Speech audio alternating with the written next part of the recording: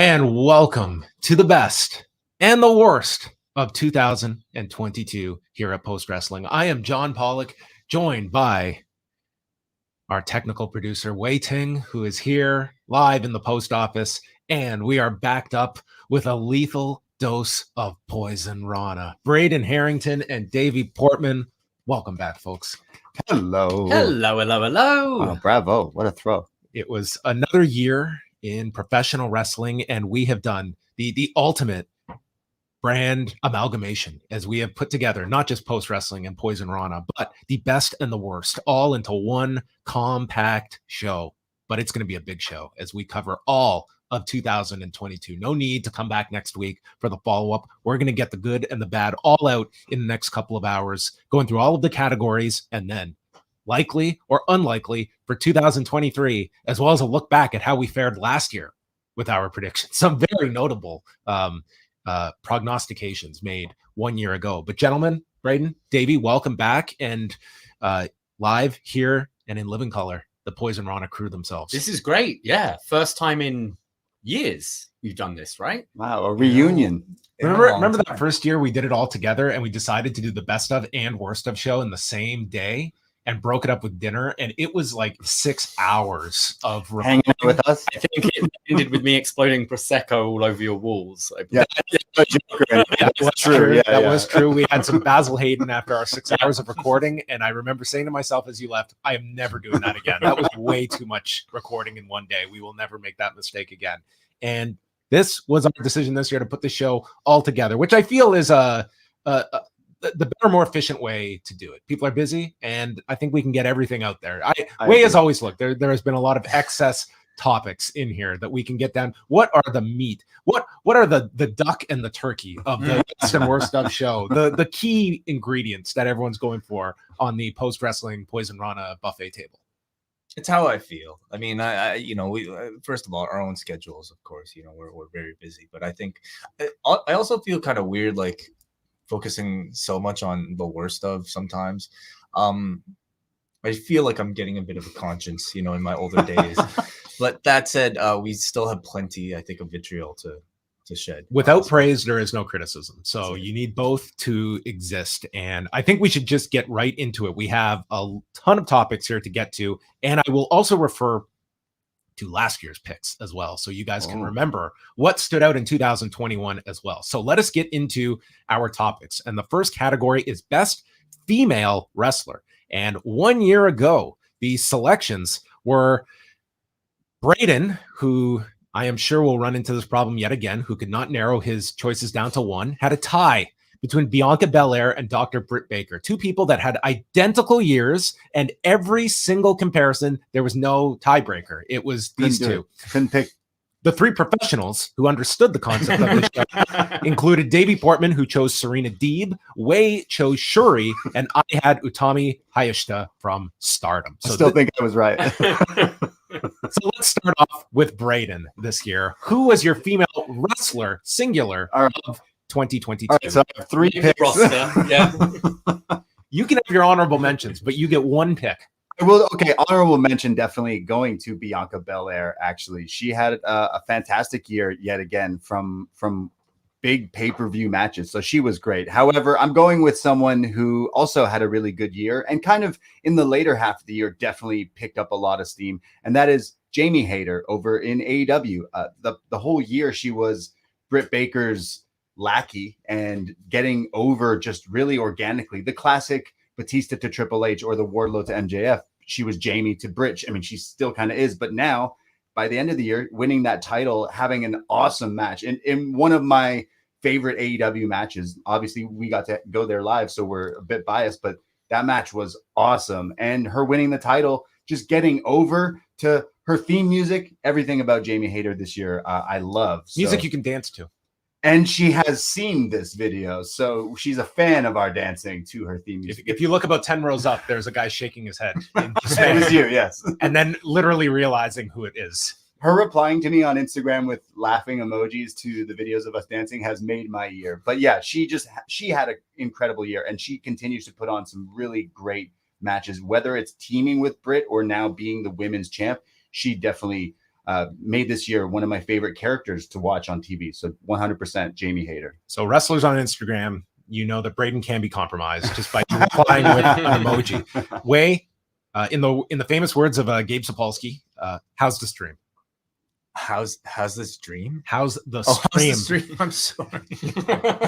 I think we're doing all This right. felt like a nightmare for you beforehand, but now Yeah, we're into you know, the dream it's sequence. something happens. Maybe there's a reason why we haven't recorded here in like 2 years, but there's a lot of kinks to get through. But I think we're good right now, and I'm ready to give my pick. This person I did not get a chance to see live nor dance to live in person. Nonetheless, I went with your honorable mention, Braden. I went with Bianca Belair this year for my female wrestler of the year. I think she's been incredibly consistent in every single time we've seen her on screen in the matches. You know, if anything, maybe I feel her caliber of opponents hasn't necessarily been so great this year on the WWE side of things, beyond Becky Lynch aside. But you know, for that reason, I feel like she probably could have even had a better year. But her appearances are raw. I feel as the leader of the division, I think her promos have been very consistent. So she's the one who I feel, you know, to me has been the number one. And Davey, your pick for best female wrestler. Yeah, I was torn between those two as well. I ended up going for Bianca, mainly because of that consistency. I think she started to prove herself to be like a bit of a Miss WrestleMania, you know, like both her matches. You could argue which one's better between the Becky Lynch or the Sasha Banks one. But yeah, the SummerSlam match as well was fun. It's very hard these days, it seems, to just have like a strong baby face who isn't goofy or made to look stupid or anything like that. And I think she's such a likable baby face, putting on consistently great matches, has held this championship for the most of the year. Jamie's had a great run as well, but it's kind of, I feel we're still in it at the moment. Whereas Bianca, if you're looking from January to December, I got to go with her. This was the hardest category for me to finalize. And I mainly looked at Stardom this year because I thought they had a fantastic year. And my short list was Julia, Saya Kamatani, and Shuri. And I had to consult with Karen Peterson. I consulted with WH Park, and I came down to Shuri, who held the red belt all year long. And this included back-to-back main events against Julia and Mayu Iwatani back at Sumo Hall in March. And then, you know, big matches with Momo Watanabe in July, Utami in November. You know, she is somebody that I think is not going to be necessarily the singular pillar of Stardom, but for a year that they had so much business growth, she was on top for the entire year.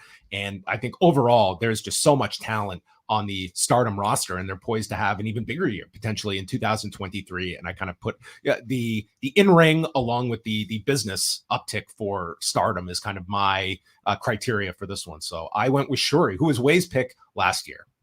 Next, we move on to Best Tag Team of the Year. Last year, we had myself, Davey, and Braden choosing the Young Bucks, and Wai chose FTR. So, Wai, why don't you kick things off? Best Tag Team of the Year.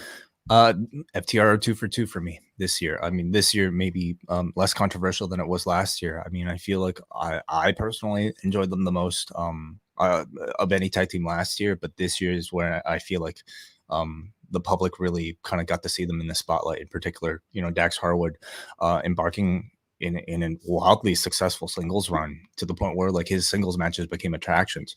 But that's not even speaking, of course, about FTR's incredible year, you know, in multiple promotions, holding multiple championships and having incredible matches with so many different teams. And of course, we'll probably be talking a bit more about their feud with the Briscoes as well. But I for me, it was between them and the Usos, but I feel like FTR for, you know, more the in-ring aspect, they earned my top tag team of the year. They were my pick as well this year for a lot of the reasons that Wai mentioned. It's one that I certainly think like this choice gets elevated too from Dax's singles run that you can't necessarily incorporate into this, but I don't think you need to still look at FTR's year. And it goes beyond the Briscoes. Like they had that, when you look at that Briscoes match at Supercard, and then a couple days later, the Young Bucks match that was in Boston, I believe, like that was a fantastic match. The Aussie Open match as well. No, they did hold the AAA and IWGP tag titles, but not as much of a presence in those The promotions Ranas, what were they this called? year. The Super Ranas. Got to There- shout out that. There you go. So FTR was my pick for this year. And as well, like an underrated part is just the fact that they were tremendous on the mic this year, in particular Dax. And that was evident from the post press conference at Supercard, where they were just like the most likable individuals. We were at the show in Buffalo where Dax does the closing address to send the audience home after Rampage. Like they Fight like a little girl. Fight like a girl, Fight like one a of the girl. best promos of the entire year. So I mean, there was that aspect to it as well. Where did you go, Davey, with best tag team? Yeah, this was the easiest one on the whole list. It's FTR, absolutely hands down. So much so that we've kind of had to make a decision. We're putting together our top 10 matches of the year, and we've had to say we've got to pick one out of a feud, because otherwise this whole list is going to be like 5-6 FTR matches. If you include the 3 Briscoes, the Aussie Open match, the Young Bucks, like there's so many great matches this year. And remember, they had the singles match in the Owen tournament as well. Yeah, the two of Against them. each other. which- Right. Oh, that was awesome. But what's also been awesome this year is we've watched this team as a heel for years, right since they first formed in NXT in 2014, 2013. And so much so that you can never imagine these guys as a babyface. And then it just worked. At the Rochester show I went to, they did the closing address, like the dark segment as well. And Cash Wheeler just like running through the crowd, like everyone like doing stage dives and everything. They just feel like the hottest act. And it's been completely bizarre to me. They're booking an AEW this year because this was like lightning in a bottle with this team. And I don't think they quite captured completely what they should have. But in-ring work, promos, everything, they easily hands down tag team of the year. Yeah, clean sweep. Like they ran wrestling when it came to tag team wrestling this year, whether they wrestled in AAA or like wrestling in New Japan, and eventually going to be wrestling like the Tokyo Dome. That's just crazy. Like them winning all those titles is so cool to see them do it. But I would say that the downside, I agree with Davey, is how they were kind of not used properly, I'd say, in the like later half of the year. But they had just great TV matches with different tag teams, and no matter the tag team, they managed to do that. And then even I going into the dog collar match with the Briscoes, I was like, all right, I've seen these teams now face a bunch. What else could they do? And then they absolutely like kill each other out there. So they were again, easiest pick to do on this list was like right away FTR. No other team came close. I like to give props to the Usos. Of course, it's not very Usi not picking them, but the match quality of FTR were just like, oh, so good. And as just a fan of why we love this stuff is like when they're announced, when you see an FTR match announced, I get excited. I'm like, so I can't wait. It'll instantly make me excited for the event that's happening. So that goes a long way. The Usos have been incredibly entertaining, but I think they've been very limited by the WWE style, and also just like maybe that roster Opponents, as well. who are they supposed to face other than the New Day? Like Exactly. That's it. So whereas FTR have like the most incredible tag team roster to work with in AEW plus beyond that. yeah, But you know, the topic of their booking AEW is kind of an interesting one, because like who knows what would have happened if the Bucks, you know, stayed like were there ever any actual concrete plans to have that match put together and for FTR to eventually win the championship? I almost feel like yeah, if Kenny's injury went a bit longer, I don't think they'd have done the switch from the Young Bucks to Jurassic Express, because I feel that was a way, we're going to get this trios tournament started now, so let's get the titles off the Bucks, because they're going to be doing that with Kenny.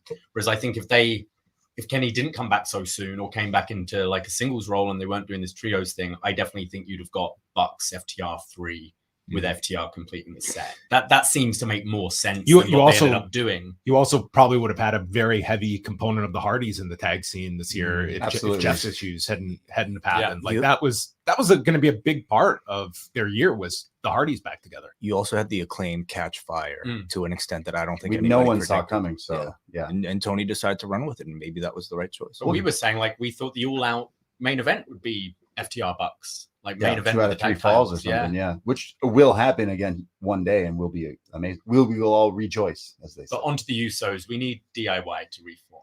and get that Usos match. Yeah. That'll bring the quality. We're waiting. up He's got to be done Yeah. with some, money. Bags. Unfortunately, the D is going to stand for Dexter in Yeah. that That's it. team. A question for the future, and we'll have to go to our arbitrator of topics, is, as the plethora of trios continue in all companies, with the exception of WWE that doesn't have a division, like, I can make a strong case for, despite the division only being alive for a few months, like, the Elites and Death Triangle, like, the matches that they had this year were phenomenal. Mhm. And do you put them into the best tag team category or get True. their own for a future year? True. Like, we'll like, have to the have match with trios the next year. Bucks, like, and Osprey and Aussie Open, like, they had some unbelievable matches. But the fact that they happen on television at such a fast clip, you sometimes forget about these unbelievable matches we get on a weekly basis. Yeah, couldn't forget the trios, of course, course. guys. But yeah, next year we might have to have a trios category. Yeah.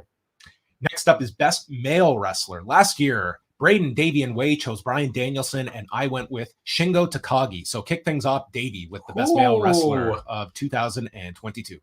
This one is really hard for me because I think you go like purely kind of in-ring stuff, but we all know it's wrestling, it's performative, and there's more to it than that with promos and things. Because I would say MJF, you could argue, being one of the best wrestlers of the year.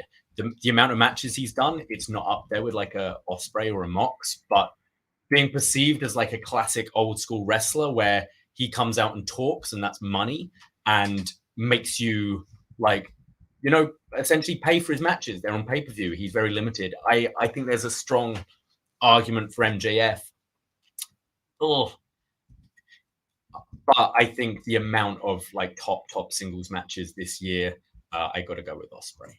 MJF had 9 matches. This Yeah, year. like that's the thing. It's like, and that includes a 47-second DQ match with Sean Dean. It's just amazing. It's like, and I'm not against that. It also had that big period he was gone, but it does put into context. Like, they do book him like an attraction, in the sense of trying to make it a larger deal when he does wrestle. His speaking is enough of a satisfying TV segment. Absolutely. That he which kind of made me kind of think we've got best character coming up as well. But I thought, well, when you think of a wrestler, when you think of the great wrestlers of the years, it's not when you're wrestling 5 matches a week on Raw and that kind of thing. It's the special attractions that's how, like, the golden age, I think, of these great wrestlers. And MJF has captured that without being, a Brock Lesnar, a Roman Reigns. He made more waves with people talking about him not getting on a flight than other wrestlers who are working week by week on every show. Like, people were just talking about him more than a lot of this is way before, the brawl out stuff. So I remember MJF not getting on a plane. That was a whole thing that people were just going nuts over, and he didn't even have to do anything. He didn't even do anything. I'd say an Osprey is like the opposite, where it's, Osprey's wrestling a match, I'll watch it. Is he bad guy? Is he good guy? What's the story? I don't really care. It's an Osprey match. Yeah. And which is a negative as well. But fuck it, I'll say MJF. We just wanted an answer, Davey. See, I was going through the same thing. I think I see MJF as that way. He is totally that old package. But someone this year that had just the weirdest year was Jon Moxley, where it's like that guy just wanted to go fishing, man. And he just kept having matches and kept being he was the champ, and then he would lose to this guy. He lost so much blood that, like, we got to give him his flowers. But I think, you know what, I'll go with Jon Moxley. I was going to go with MJF. Did you make a list before today? Yeah. Look at him. He was deciding. I go with Jon Moxley because he's someone that he's not the best in the ring, and he is though, but like he is one of the best talkers. And when he like sets up a match, he went through the whole feud with Danielson, which I really liked, and then he had the whole Combat Club stuff, and I just thought everything that he did this year was good, especially with all the like BS of the All Out Fallout stuff and beyond. He's the guy who just still shows up, and I respect that and he's still a good character to watch. He's just a badass. So I go with Jon Moxley. How about you, Wai? I also went with Jon Moxley. I thought from beginning to end, like, his year really has been, I mean, he's already released a book, but I think he could release a whole second, volume just off of this year alone, from the comeback that he had, from the very inspirational promo he delivered, admitting and becoming, I think, a real role model for people going through similar issues on a national stage. And then proceeding to, have great feuds and great matches with people like Danielson, people like Wheeler Yuta, forming a team with both those guys in a Blackpool Combat Club. I think really it reinvigorating the style of tag team wrestling, just as those two, Danielson and Moxley together, continuing to defend the GCW championship throughout the entire year, including a doubleheader on WrestleMania weekend, having a great match with Biff Busick and then a death match with AJ Gray right afterwards, wrestling for New Japan Pro Wrestling, companies like Defy and NEW, while this guy, like, he really doesn't have to do any of this. And I imagine the paydays for some of these smaller promotions are probably not, what a guy like he should be necessarily commanding, or like he probably could make way more is what I'm trying to say. The guy does it because he simply loves to wrestle, and he loves to wrestle various styles in no matter how big the venue is. Beyond all of that, being the rock of this company at a time when you had so much kind of, weirdness going on between Punk and being and the Elite and everybody else. From what we can tell, like behind the scenes and also in front of the scenes, the man's kind of played like a very, very pivotal role in. I think he was the one to give the state of the company address on that Buffalo show right after All In. Yeah, exactly. And then, holding the championship and carrying the company all the way into the MJF era as well. I just think I think the world of him, as a professional wrestler and as a leader in the locker room. Moxley is a fantastic pick, but I did go with Will Ospreay because I thought this was one of the great in-ring years for any performer. When it is, I can see like certain points that some of it does become a blur, but when we look back at the matches with Okada at Wrestle Kingdom and then the G1 final, like that G1 final was so great that I think it totally overshadowed the night before his match with Naito, that I think is maybe the most underappreciated match this year, because I thought the Naito match was just as good as Okada. He had that incredible match with Michael Oku, which led to Michael Oku doing the post-wrestling car wash that week, appearing on every show on our network. Zack Sabre Jr., Nick Wayne, Orange Cassidy at Forbidden Door, the Shingo Takagi rematch in the G1, teaming with Aussie Open against the Elite, then Death Triangle the very next week, matches with Umino, Naito, and Ishii to close out the year. Just an unbelievable year. And I think to his credit as well, like you could see the influences for this heel character that I felt were all over the place in 2021. I thought he really found his voice and his character this year. And part of that was leading the United Empire. But I think, truly, and playing a babyface role at points this year as well. To me, he really did stand up as kind of your franchise guy in New Japan at a time that New Japan has very much struggled coming out of the pandemic. So I just thought like the resume for 2022 was just too strong for Will Ospreay this year. An incredible year. But that MJF Sean Dean match, you can't best 47-second match of the year. Honorable mention though, I did put Moxley down here. Speedball Mike Bailey, who just I don't think has the platform that is going to get as many eyeballs on Speedball. Indie Wrestler of the Year. Yeah, I think you could also throw like Jericho's name in the mix. Like, yes, quite a year. Yes, I think I have him down on my list because like he was a man of TV here. Like every week, I felt like he was putting on amazing matches. Like his matches with Ishii just recently in the last few months. His matches with Danielson. There's a lot. The man is also very, very savvy to do a whole podcast on his own year and all the matches he had. Dude, he's very smart because when you hear it, like it's he had an unbelievable year when you go through the Kingston feud. Anyway, Jericho may come up later. Best feud is our next category. This will be an interesting one. I guess this can be behind the scenes or in front of the scenes for the past year. Last year's best feuds. The three of you all chose Kenny Omega against Hangman Page. I went with Utami Hayashita and Shuri and their matches in Stardom last year. So let's kick things off with me. So we'll choose best feud. I am going with FTR and the Briscoes and their 3-match series across the 3 Ring of Honor pay-per-views. I mean, whatever rating system you're going to go through, these were all, to me, match of the year contenders. And to me, when you look at Ring of Honor and what was the shining light of this brand in 2022, to me, it was this program and keeping the Briscoes relevant at a time when they could not appear on television, and they just killed it in these 3 matches that made these pay-per-views feel important. I mean, Ring of Honor is certainly not a brand at the level of AEW, but this was the program that carried it. With my honorable mention to Punk and MJF as well, that I would put in there. Braden, your best feud. Yeah, that's where I went, John. I went with MJF and CM Punk. When CM Punk came into AEW, it was super cool, and everyone couldn't wait to see him work with some people. And instantly, we wanted to get to that feud. And when they gave it to us, it was like it was hitting on all cylinders. It was MJF like psyching out Punk in ways we've never really seen in wrestling, where it's like, wait, is he getting sympathy? And the whole "don't quit, you quit on me" and all this stuff. Like, man, I got so sucked into that feud that I just made me be happy. This is why I love watching this stuff. And all the callbacks to ROH. Yeah, there's so many cool things. Like, and then you go to the match in Chicago, which we rewatched both of them this week. I'm like, that and the dog collar match were just so good, and like great storytelling. Like that, and you had Paige and Cole at the Revolution show, but that show did great. And I think you would look at Punk and MJF as like the main event of that show. That was definitely the match of that night. Yeah, for sure. That whole feud with him trying to psych him out, and just, I don't know, everything just felt the way it feels. It felt really magical, that almost a definite passing of the torch.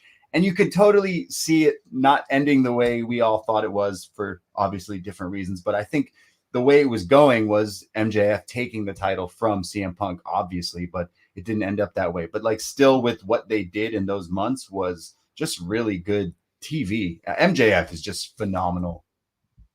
Let's go with Wai. I also went Punk and MJF it's almost tough because like so much has happened since then for everybody, the entire wrestling world, and even in particular those two guys, that it almost feels like the highs of that particular feud are a bit more of a distant memory. But I'm just thinking back to like a pure professional wrestling feud that I absolutely loved throughout the year. I thought Briscoes and FTR, obviously, I think we'll remember that trilogy incredibly well for the in-ring content, but without television to really build the story, I didn't feel as strong about it for this particular category. Whereas I think Punk and MJF was all story. Excellent storytelling. And if you want a recap of it, watch Brian Mann's Better Than You video series on YouTube that just does such a great job of, I think, just telling you exactly what the amount of thought that was put into every single one of these little promos and the fantastic matches that the two of them had as well. So that was my feud. And Davey? Yeah, MJF, CM Punk. In particular, that promo from MJF where he was talking about, being bullied at school, and it was going to be the day of like the football tryouts, and they're like, "You're Jewish, you can't play with us," and all that. And the one thing that got him through the day was knowing he was going to see CM Punk, his hero, that night, and then having Punk quit on him. It was, and you have Punk coming out off mic going, "Is this real? Is this real?" He's like, "Yeah, it's real." And even though he the next week comes to attack him, it was still real. This wasn't just cheap wrestling heel tactics where I'm lying to you. You got MJF's actual origin story. I am the way I am because of you leaving wrestling and turning your back on me, the fan. And I think that was just made this feud just so magical. Both of them, like every week when they'd have a promo battle, it was like a match. You knew both. You didn't know what both were going to say. You didn't know where it was going to go, but it made you more and more excited. That Chicago match where MJF beats Punk twice was great. The dog collar match, including like the entrances with Punk in his like Ring of Honor gear and all that. AFI. This still, obviously, the perfect story is MJF comes back, wins that ladder match, goes on, challenges Punk, beats him this time, and he is the guy. That's how you wrap up this story. But even without the proper ending, this is feud of the year. All right, let's go to worst feud of the year. Last year, Wai and I chose The Fiend and Alexa Bliss against Randy Orton. Davey chose Matt Hardy versus Hangman Page, and Braden selected Matt Hardy versus anyone. Oh, God. So our worst feud of this year, start us off, Braden. This was an easy one to pick. If you listen to Up Next every week, this year was NXT 2.0. What a doozy of a year. Like, things are on track now, but like if you were there in the trenches, early on, you would have witnessed this feud that I'm happy the guy's doing better now. But Joe Gacy versus Braun Breaker, this feud That was bad. absolutely dog shit. I say dog because the dog-faced gremlin was kidnapped in this feud. Joe Gacy, whose character was originally the woke guy, turned into the Undertaker. He had druids. He had people kidnapping. He had Harlan. Remember that guy? Now he's a mogul in AEW. He pushed Braun off a perch. He attempted murder on Braun. Yeah, there was just so much. Week by week, it made me hate NXT. And like I said, Joe Gacy and Braun are doing way better now. And I think I still see a lot in both of them. But this was so bad. It made me so angry. So much groaning watching TV. Every week they would just upsell, like they would make it worse with spooky bullshit that I just could not stand. And then when the big payoff at In Your House, I think was the show, wasn't even that great of a match. So just absolutely hated it, and it made me mad. I'm sure there was like minier feuds and different shows that also I didn't like, but this one's came to my mind right away. So yeah, Joe Gacy, Braun Breaker, worst feud of the year for me. What's the saying? 4 roots, 1 tree. Yeah, now they have. That's us. Well, Davey, worst feud of the year. I got to say that one too, but I am, because it was fucking awful. It was so hard. You were there. I was watching. That was back when I was in the UK. I was watching that shit at 3 a.m. and then having to talk about it. It was fucking brutal. But I've got to go. AFO, AHFO, LFI, AFI. the firm, I think they're the same people. I don't know. Matt Hardy, all of that. It's been going on for forever. LMAO. I don't care. Like, it's just it's on every week for forever. Yeah. And like, there's never any explanation to where Andrade's gone. Who owns this family office now? And then Matt Hardy has seemed to have gone from feuding to them to feuding with the firm, I think. But it's the same fucking faction. Just Big advancement on Elevation. Bodies. He pulled out the old broken robe on Elevation. God. Did everyone catch that? It's just no.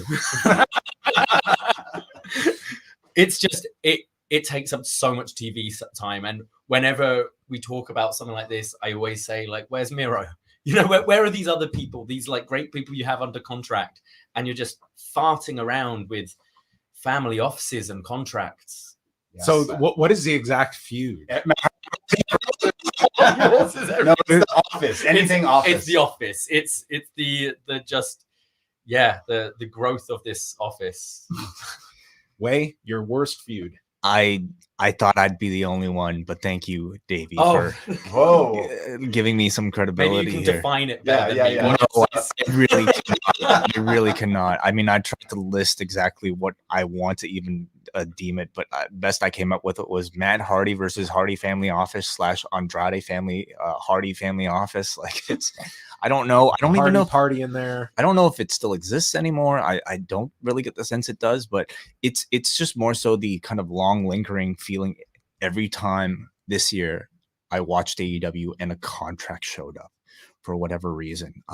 I've had enough of contracts in professional wrestling, and to me, it's like, this to me is like almost a prime example of like maybe wrestlers in AEW being given a bit too much leeway to come up with their own stories, where it just felt very clear to me that there was no real clear direction about where they were going. And granted, a lot of things happened, in particular with Matt Hardy and his brother. Who knows what that should have been, what things that happened with Andrade. But even beyond that, I just think the idea and the structure and the framework of basing so much around contracts, and now Matt Hardy apparently, I think he's under, his contract was bought by the firm. It's more convoluted than I think, a Kane backstory. So there's never been a payoff to any single story in this story.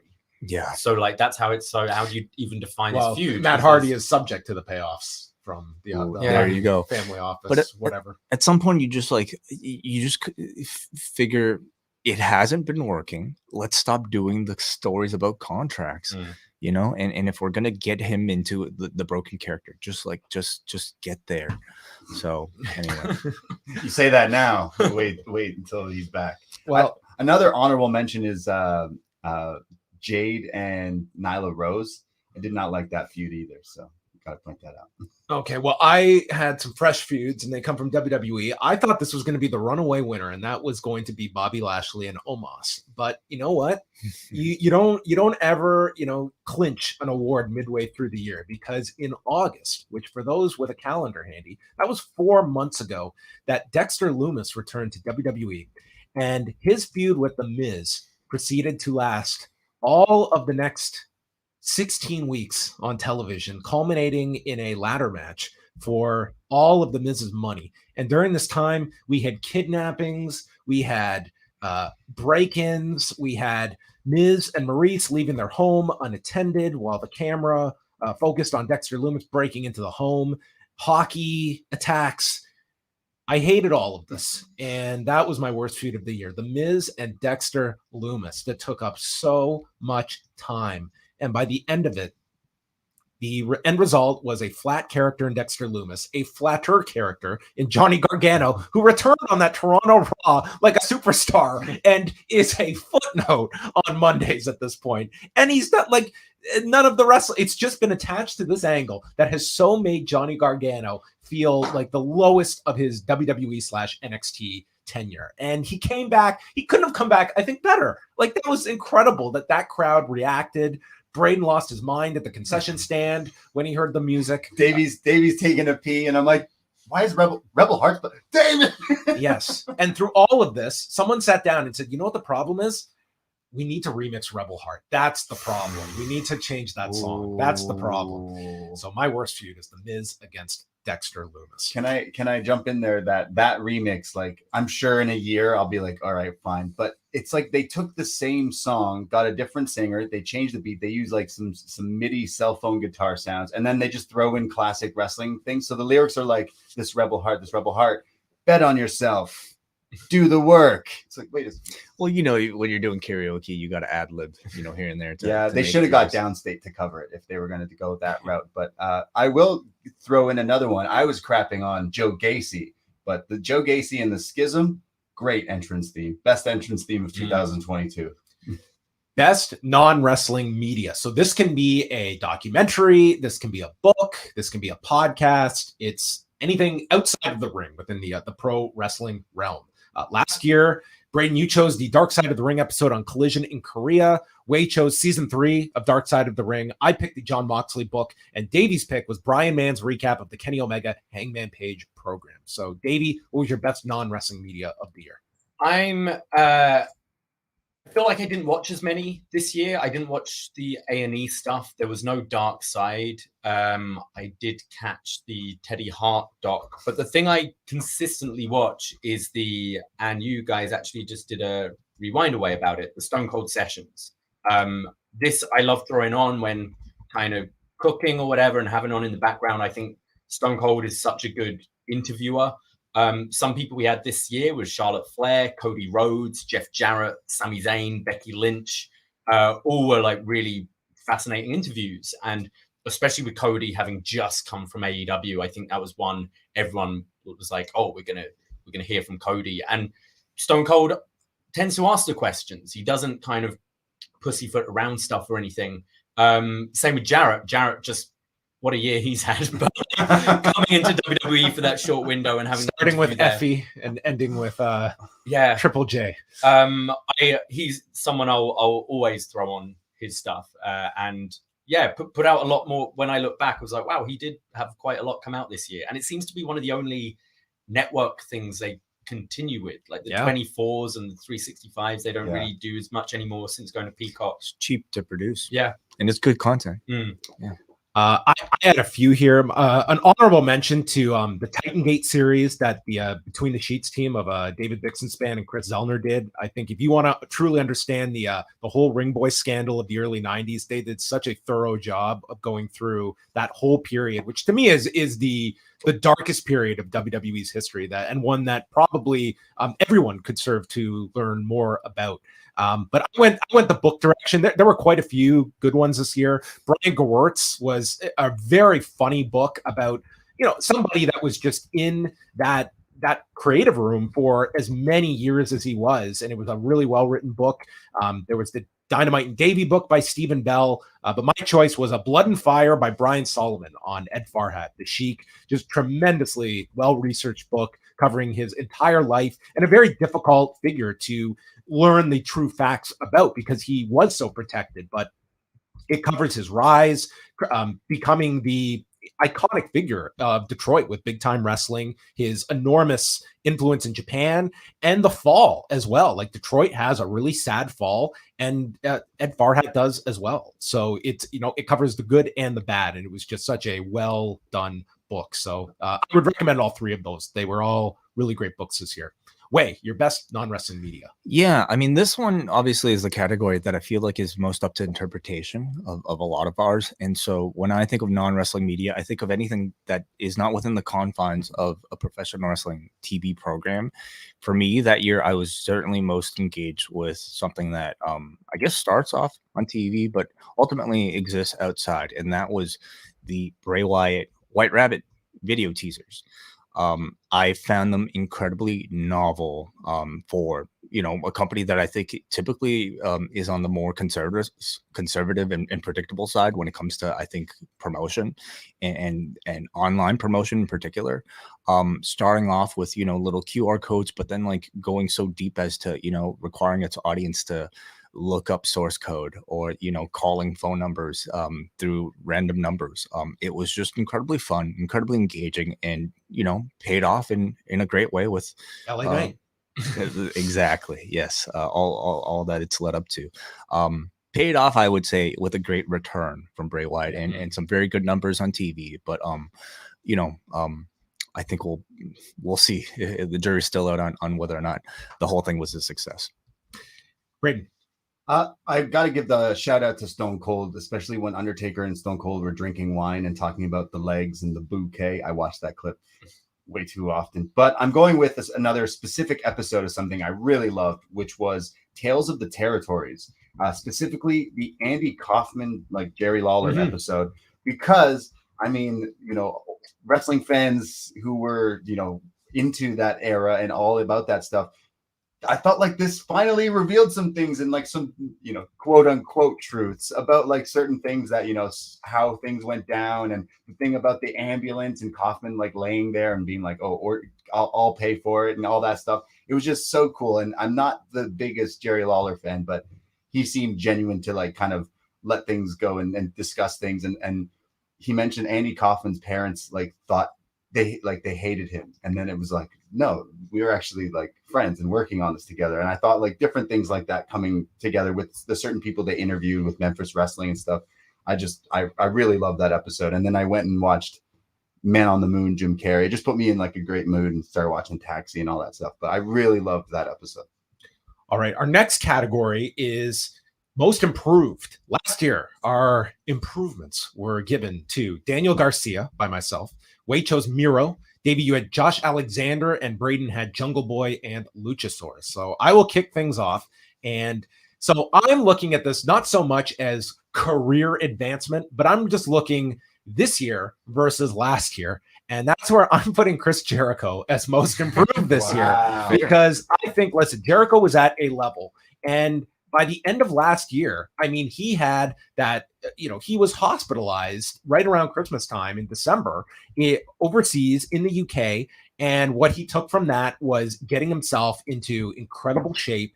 And he needed to be on blood thinners for a while. And then he comes out and he has the programs with Kingston. He has the matches throughout the year with your Danielsons, your Moxleys, with Tomohiro Ishii a few weeks ago. That was one of the best Dynamite matches of the year. He had all of these matches that to me greatly exceeded the expectation going in, even that 4-way at Full Gear that everyone was buzzing about afterwards. Like, for a guy at his age, and I think also somebody that, a figure that is polarizing to many out there, but he was somebody that was a rally the troops guy along with Danielson and Moxley after All In. And I think we can see a company that has all this angst backstage, that how valuable some of those individuals are that can help steer the ship. And they had a lot of negativity coming out of All In, and they kept things moving and seem to be on a much better path now. But I just thought this was a terrific year for Chris Jericho in the ring. And that was when you go through and the ROH challenges, like just all of those different varied matches that he had. How many gimmicks did he have this year? The Wizard, he was throwing fire. The Influencer. The Ocho, GFY didn't last too long. That's okay. Yeah, GFY did not. He's so like good at reinventing himself, and this year, like maybe possibly his best year ever. Like of just the match quality and still managing to do. He's the unicorn on The Masked Singer. He's just everywhere this year. So I really enjoyed Chris Jericho's run. He's my GOAT. Like he's just keeps proving himself. I'll jump in and say I picked a tag team for my most improved again, and that's going with the Acclaimed. Yep. Because they had a hell of a year with their catchphrases getting super over and the crowds going nuts. Like a year or two ago, if you looked on the internet wrestling community, they were very like, these guys, like, the rap gimmick, it can only go so far. You could say that, but they definitely picked up in like the wrestling and getting, everything so over. Like seeing those crowds chant that is the first time. I'm not alone on this. The first time you heard one of these men say, "Scissor me daddy ass," I knew like right away, that is the most ridiculous thing I've ever heard on a wrestling show. Can't wait to see that on a t-shirt. When are they going to have the foam fingers? They brought those out pretty quick. Like they moved real quick on the story. I just love. They were very savvy. Yeah, like they didn't wait for it. And Billy Gunn was just this weird ingredient that worked. Why does it work so well? It just. And they figured that out after doing the turn on them and all that switching back and forth. But they got to like they're just like Billy Gunn is as much a part of that act. Absolutely. Like he just adds something to those three. I love how character-wise Billy Gunn is just like, I just prefer these guys to my own kids. They're better. They're more fun. They scissor. It's great. Yeah, it's just so funny. We went to a bunch of Dynamites. We went to the Buffalo and Detroit and stuff. We went on one, I think it was the Buffalo show. It was probably Toronto where the Acclaim come out. And I took my girlfriend to the show and she's like, doesn't know what's really going on in wrestling. But then she's looking around and seeing everyone, like including myself, wearing a "Scissor Me Daddy" t-shirt, people, grown men chanting in unison, "Scissor Me Daddy." She's like, I'm not sure what's going on, but I get it. Like, it's sure, cool. All right. Interesting. And it's so funny seeing people like do this gimmick. But when it comes to the wrestling, I thought they were like so much improved, especially towards the end of the year, winning the tag titles. They've been on a great run, and I'm happy to see it. So keep going forward, the Acclaimed. Davey. Yeah, the Acclaimed as well. Braden said most of it, but yeah, to think these guys were kind of, doing AEW Dark a lot of the time, and you thought there was a ceiling to this gimmick, how they've just naturally got over. But in ring as well, they've improved so much. Those matches against Swerve and Our Glory, the match against FTR, I absolutely loved. I think everyone's talking about, MJF 2024. I see this as an act that's once their contract's coming up, there's going to be interest. I think they're going to have a lot of leverage moving forward because I could totally see this act in WWE. With Billy Gunn or with him? With Billy Gunn. Billy could always go home, yeah. But I totally see down the line like having a segment with Cena at a Mania or something like that. I think these guys seem like the Reclaimed guys to me. Yeah, the Reclaimed. Oh my God! Stop, John. Don't give them. But no, I think they've completely raised their stock and are just still like whenever they come out, it's whatever they're doing. It's just so much fun. You always want to see what they're gonna say in the rap battles. I feel like their raps have taken a back seat since winning the titles, which is okay. They've got more than that now. Yeah, they're a lot more. Like I think it's harder to be the good guy cutting down your opponent so badly, so it works the opposite way. Eventual heel run will be a good as well, but like it's the most over Billy Gunn has ever been. And he was in DX in the Attitude Era, but this is the most over he's ever been. Like himself solely. Yeah, it's great. And Anthony Bowens, I think on the microphone, he's really taken a huge step up as well. So they are also my pick for most improved for all the reasons that you have stated. I want to give some honorable mentions to Wheeler Yuta, who I think has had taken a huge step up this year.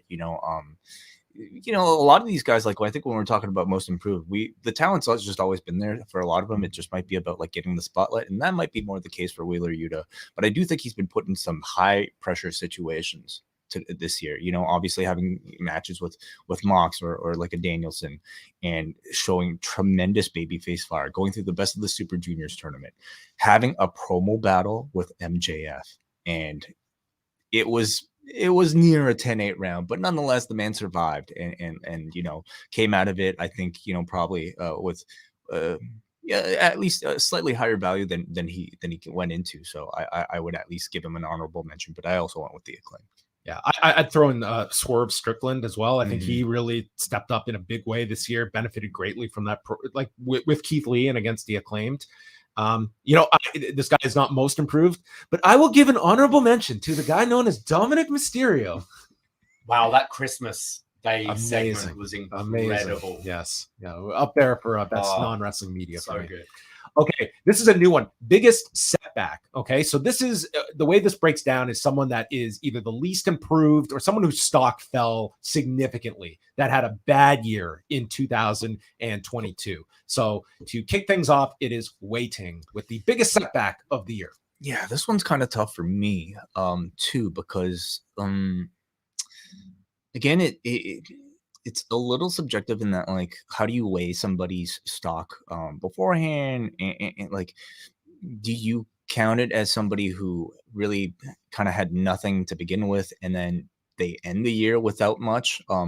Do they qualify, or do you look at it with somebody who's at the very top and ends the year, you know, without that much? I think I went more with the latter, and for that reason, I'm going with CM Punk for my biggest setback here. It is amazing how over the course of one evening, from the closing scene of AEW All Out, he's in his hometown holding the AEW championship, closing the story, walking all the way into that press conference. He's so happy with this championship, his box of donuts. Muffins. Oh, sorry, muffins. I'm sorry. Shout out Mindy's muffins. You know, like the press room is like clapping for him, and then in an instant, you know, the man launches into what came across, at least, you know, to the media at the time, as an unprompted, unprovoked spiel on Colt Cabana, who, you know, obviously has not spoken at all about this. I think the line that was the most telling, though, is where he calls out to Nick, "You blew my spot." Like, exactly. He came in there with a game plan. He came in there, he knew what he was addressing, and he was not prompted. And killed the vibe, really. It was such a celebratory vibe for him, for Chicago, for the company. And to have that happen was already bad enough. And then everything that happened afterwards too. And we will still, you know, continue to learn details about whose fault exactly it was. But the scene that night, I would say, probably went from very celebratory, very nice, to bad, solely based on the decision of the actions of Phil Brooks. And he ends the year. I mean, he's still an undeniable huge draw, and AEW arguably might need him to be as competitive as they can be. WWE, I'm sure, would love to have him, but I have to imagine both those companies are seriously considering whether or not he's worth it, compared to the headache that he potentially brings and the disruption he potentially brings to your locker room. And for that reason, I categorize that as biggest setback. Yeah, I understood this as the same way you did, Way, and that's the same reason why I picked CM Punk. He had an incredible year in AEW, and then that promo, like, yeah, it's funny to make fun of, and I'm quoting it constantly, like, I'm old and tired and working with children, and it's just weird. He seems so sour, and as just someone who loves this stuff, AEW was doing everything right, and he decided to do that on an open forum, you know, at this press conference. It definitely rubbed me the wrong way as just a wrestling fan, as someone who, you know, I go to these shows, I go to support, let alone, you know, buying tickets to all these shows, then not seeing half the talent you wanted to see. You know, we don't know whose fault things were and stuff like that, but you could point some blame at him. You could have had this conversation in person with them. Probably would have went over a lot different. I know it's wrestling, so we all assume it's a work. There's still people out there that you know, are saying that and stuff like that. Don't believe that whatsoever. This guy just seemed really angry and bitter, and it really rubbed me the wrong way. And I don't really have interest in seeing him wrestle really again. It's a shame because I thought his run in AEW was fantastic. I don't want to see him go back to WWE. I wish they could just work whatever these things are out, and we see that FTR Punk versus the Elite match. That's the end game, but I just don't see that happening. he really like lost a fan in me personally. But we all sometimes don't like someone at work, you know, for sure, like that's normal. And he's the guy paid the most in this company. Grow the fuck up. yeah. You know, it really damaged AEW this year, I think. Was that your biggest setback, Davey? No, I completely didn't interpret it that way, but like it would be now. But I went for Sammy Guevara, who I think has had an awful year. Fantastic performer in ring. But you look at the beginning of the year, breaking away from Inner Circle, trying a babyface singles run, had that incredible ladder match with Cody that I think feels so long ago, with Cody in the different company and everything, almost forgot about it. But then it's as soon as he's with Ty, and that's the thing on TV, the TNT title run with like flip-flopping with Scorpio Sky, with who seemed to be a babyface, but then Dan Lambert's a heel, and then Sammy's a babyface who comes across a heel. It was all just very messy, and I think his stock significantly dropped, so much so that they felt the need to put him back with Jericho, where you already had Garcia in that role in JAS, and it just felt like Sammy's this loose end that, I don't think he works as a babyface now. Let's just put him back with Jake and Jericho and keep that together. Because I think beginning of the year, you could have seen a different year where his stock's rising. He could have challenged for a world title, you know, not win it, but be up there, upper mid card. And I think he's like a mid to low card now, to be honest. It's a tough role when you do we're all going our separate ways, and then you're brought back in. It's almost like you graduated and now you're coming back. That Guevara's, it was kind of like when you had Road Dogg and Billy Gunn leave DX, you did the breakup, then they all come back together, and it was like this acknowledgement. The New Age Outlaws are better together, but like the audience has seen you not succeed in this other role. Like I think Guevara is certainly salvageable, but it was a rough year in terms of booking and other issues. I went a different direction, and I throw a few in there. Like I thought Kushida getting out of NXT and going back to New Japan was going to be a breath of fresh air for him, but he had that hand, foot, and mouth disease, and then gets, he's out of this 4-way for the junior heavyweight title. He'll probably at best be in the Rumble on the pre-show. Just was a non-entity, and I thought was going to be a much bigger deal going back to New Japan. But I chose someone that returned at the Royal Rumble, won the Royal Rumble, and that was Ronda Rousey, who then went on to have a pretty lackluster match with Charlotte at WrestleMania, had that terrible promo where she came out after the Rumble, and the audience, she was, she wouldn't smile, and it was just like the audience didn't know how to take to her. Had a much better match with Charlotte at Backlash, and then we went into the Liv Morgan feud that I thought turned out to be really bad for Liv. Ronda gets into this heel role where at least we're looking at, okay, this is probably the role for her. It's very basic heel stuff, and I think we give a lot of leeway, but she feels the least amount of a star and I've been covering this woman since 2011. I've never seen her have less of an aura about her. And if you take the aura away from Ronda Rousey and she's just another woman on the roster, what do you have here? And I think her stock has fallen so much to the point that should she have come back at last year's Rumble or this year's Rumble to do the Becky match? You know what I mean? Like this year to me has not been any kind of step forward. It has been multiple steps back for her. And she doesn't feel special. And she is somebody that should not be wrestling every week and should not feel like just another person on the roster. But she, to me, it's just like anybody else on the roster. So that is my pick. There is like another honorable mention. I don't want to say specifically Bobby Fish, but where is the lie? I feel like Undisputed Era were one of the biggest acts, and then this year just seemed a lot messy. Obviously, there's injuries a part of that, but even the way they were when they were originally brought in didn't feel like the way that I kind of envisioned them. But this setback kind of inspired me to just briefly, we are NXT. Usually, you mentioned Johnny Gargano getting that huge Raw main roster call up, and then now he's just kind of already like a B kind of player there. But I will give them props to the call-up of Gunther and Imperium, because ever since they've shown up on SmackDown, I'm watching SmackDown now. He's become a character that I now tune in to watch. So I will say that I would pick that as like a best call-up kind of category. But where they would also have dropped the ball for me is Raquel, she was like the champion in NXT. She was putting on a pretty good run there, and then just kind of not really doing much from what I see.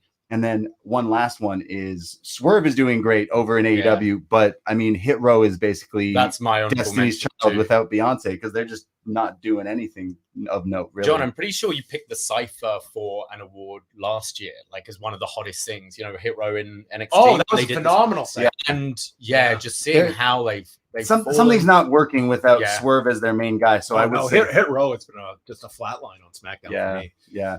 Next up is Best on the Mic. Last year, clean sweep with MJF from all four of us. This year, who is your best talker, Davey? It's 2 in a row. MJF. I feel I've said a lot for the best wrestler thing, but he's just golden every single time he speaks. I mentioned the promos with Punk earlier, but yeah, it's a very easy pick. MJF for me.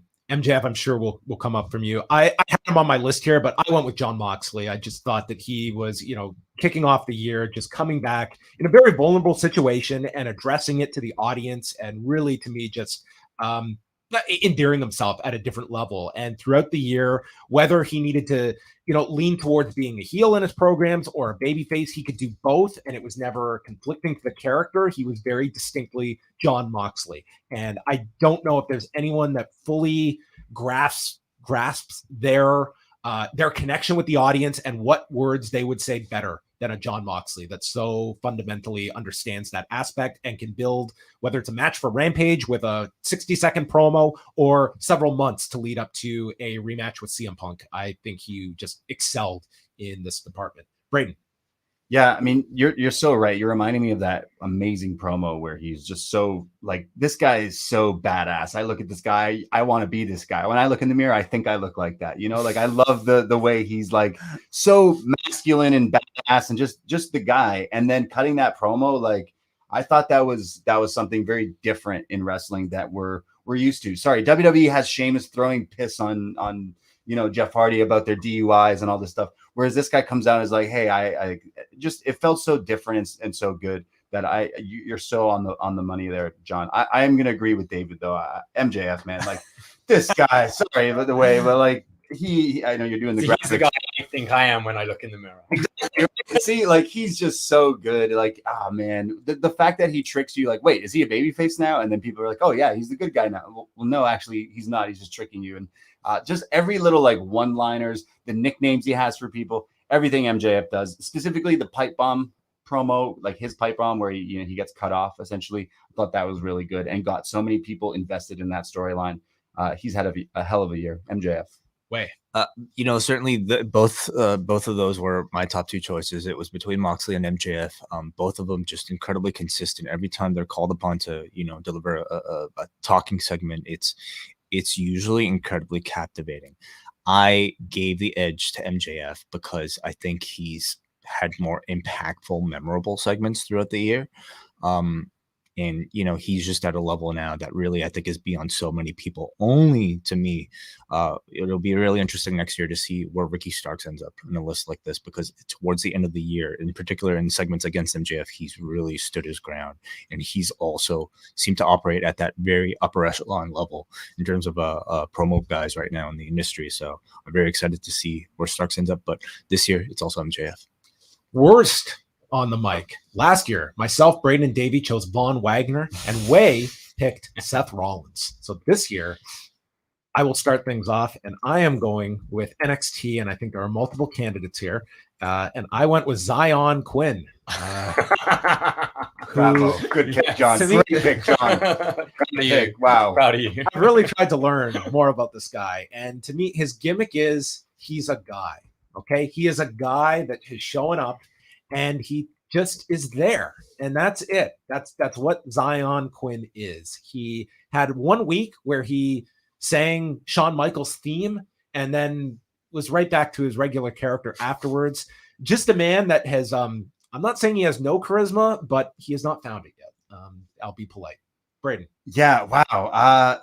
I actually had Zion Quinn. I didn't figure, I thought that would slide through your radar there, main roster guys here. But yeah, he's so bad. The fact that they're clearly throwing. Look, you can't blame half these people on NXT. They're probably being thrown into the deep end on TV, and I totally get it. But the Shawn Michaels thing was just so unbearably bad. It was completely, you don't have much charisma. Let's see what we can get out of you by just making you dance to Shawn Michaels' theme song for no reason whatsoever. And it didn't work. And then they make him act as if he's Roman Reigns on NXT for a few weeks, where he's like, I'm the biggest star and the biggest superstar. It's like, sorry, who are you again? I don't know who you are. Every time he talks, I absolutely hate it. Every time he wrestles, I actually really hate it too. But when it comes to talking, he is awful. So I hope he could get better, but do not like any time of that.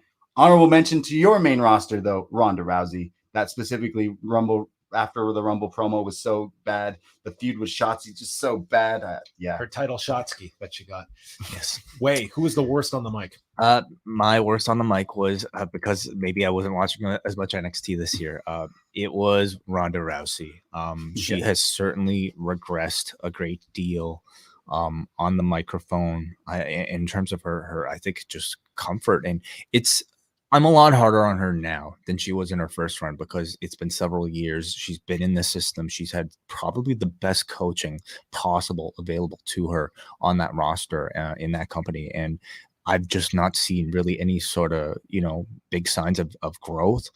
In fact, it's been the opposite. So I think she just seems to really lack a bit of an understanding of what might be natural rather than somebody, being forced to kind of play a mustache twirling type of bad guy, which is what I'm sensing a whole lot more from her in this heel run. For somebody as as high of a profile, spot as her, I mean, we're talking about people like, Bad Bunny and Logan Paul that I think are understanding the concept of what it means to be a professional wrestling promo way better than Ronda has at this point. So yeah, she's my worst. And Davey. Normally with this award, I'd go with sort of, who sounds the most wooden or uncomfortable on the mic. But this year I'm going more for like what promos have been damaging. And so like I was originally going to go with Marina Shafir for that. You don't know me. You don't know me. But then for me, it's got to be Saraya. Like, especially that first promo. This should have been an absolute home run.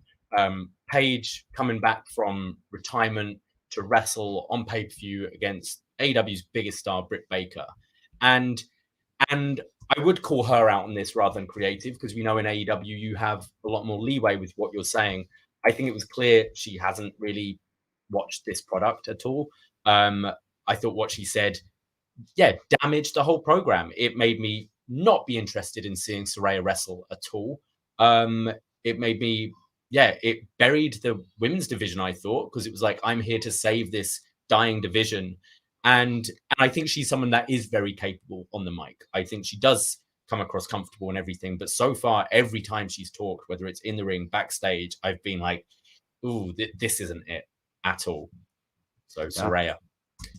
Next category is best character. So last year we had Wai and Braden choosing Kenny Omega as the belt collector. I chose Matt Cardona and his run in GCW. And Davey, your best character was Joe Gacy, which I don't think is repeating this year. But you let us know, Davey, if this is a back-to-back win for Joe Gacy. It isn't, I'm afraid. His stock dropped a lot. He has improved. The schism are coming together now. So maybe 2023 will be Joe. For me, it's the Honorable Oos. Yes. It's Sami Zayn. Any segment he's in. And you got to shout out the supporting cast as well. Like obviously Roman, Jimmy, Jay, Paul Heyman, Solo Sikoa. But Sami has just been such an entertaining character all year. Going back to the whole Johnny Knoxville feud at the beginning, which was so entertaining. And then to these, I think of that first segment with Roman and Sami, where Sami's on the phone and he's like, oh, Jay's kind of mad at me. And Roman starts to take a liking to him. It was like, wow, that was just an incredible scene, like well written, well acted. You saw wrestling so often is just very two-dimensional, and you saw all these layers to both these characters coming through. I really hope there's a huge payoff at the end of this with Sami. He is by far the hottest character in wrestling right now for me. He's my pick as well. Is this a clean sweep? I think so. Clean sweep. Yeah, Yes. absolutely. Very Uzi. He's so funny, and to see him finally get it, like seeing him finally featured on TV like all the time, but like nailing it, and just it's like when you used to watch Chris Farley and Adam Sandler on SNL, and they're trying to make each other crack. That's how I see them trying to like just make each other pop and corpse and stuff. But it's so entertaining. Everything. Waiting for him to get the sleeve, waiting for him to get the braids. I don't know what else he needs to do to become the family, but he is so funny, and I love that character. It's been such a unexpected addition that has really helped take the bloodline to the next level. You know, like without Sammy, they're still cool, but they're just kind of like any other dominant heel faction in a professional wrestling company. You add the element of this weird kind of like jestery type of Sami Zayn character in there, and it lightens the mood. It brings humor to the group while still like making them dominant, and it also brings out this incredible like drama in all of their interpersonal relationships with each other and with Sami Zayn. Is Sammy with us or against us? Solo Sikoa, being introduced and somehow working really well with Sami Zayn as well. He's helped every single one of them. When you look, like Sikoa to me has been tied to him. Jay, we've seen the whole concept of like the right hand man in Jay, and this paranoid Jay being the hothead. Jimmy as like the laid back dude that loves this guy. Yeah. And then even Roman, like to me, it's brought up to, it's emphasized all of their strengths built around this guy who's just your utility player. And I think as well, you have a much more optimistic view of what the ceiling can be, and that a big payoff is coming rather than they have lightning in a bottle and you're not expecting them to capitalize on it. I think there's a lot of optimism there. Especially for that Montreal show in February, that I think becomes a really big show now because of the location and what's happening on television. We do a show called What's Next, where we're looking back at NXT kind of right from the beginning, and where we're at right now, 2013, he's heavily featured. And this is not a guy who's suddenly like come out of his shell and found something. It's always been in him. His promos way back then were very like natural and entertaining. We always saw him as having maybe that Daniel Bryan run. And I think it's just finally the like cards have aligned that it's working. Yeah. That like suddenly someone's seen it and being like, oh, this is working. This works with our top group here. Yeah. It's so great because the guy deserves it like so much. Next up is worst character. Last year, Braden and I chose Alexa Bliss with Lily. Wai, you chose Baron/Happy Corbin alongside Madcap Moss. And Davey, you picked Duke Hudson, the poker player. So this year, to kick things off, is Braden. Okay, so worst character, honorable mention, Joe Gacy when he was the Druid Undertaker Joe Gacy. Like when it didn't make sense of what the hell his character exactly was. So that was very, very bad. I'm very sorry, I'm going to hurt some people, but the mathlete luchador gimmick is pretty silly. I'm just getting over it now, so it's not my worst character, but I'm sticking with masked wrestlers because I'm going with the Cirque du Soleil Shakespearean watcher, stalker, graffiti artist known as Scripps. He's my pick too. Scripps, the second, like they're mocking the Watcher show from Netflix with the voicemails. Who leaves voicemails anymore? And then, although we might have some on our show, maybe I shouldn't say that. Then there's like him graffitiing, and then he's talking in riddles, and then he finally shows up, and it's just Reggie with a mop on his head. So I'm just so confused at what was going on. Awful gear, awful character. Yeah, I hate this character. I think it's so silly. I don't even mind putting Reggie under a mask to differentiate himself from the main roster run. But dude, this looks like he's in a Halloween costume. It looks so lame on NXT, and I thought the vignettes were awful. Yeah, just to me, I hated no it. intrigue. None of it makes sense. It seemed like he's mine as well. He seemed like this kind of cyber terrorist hacker kind of character. Spy, and then he does his first match and he's leaving notes like with a quill, as you said, like he's Shakespeare or something.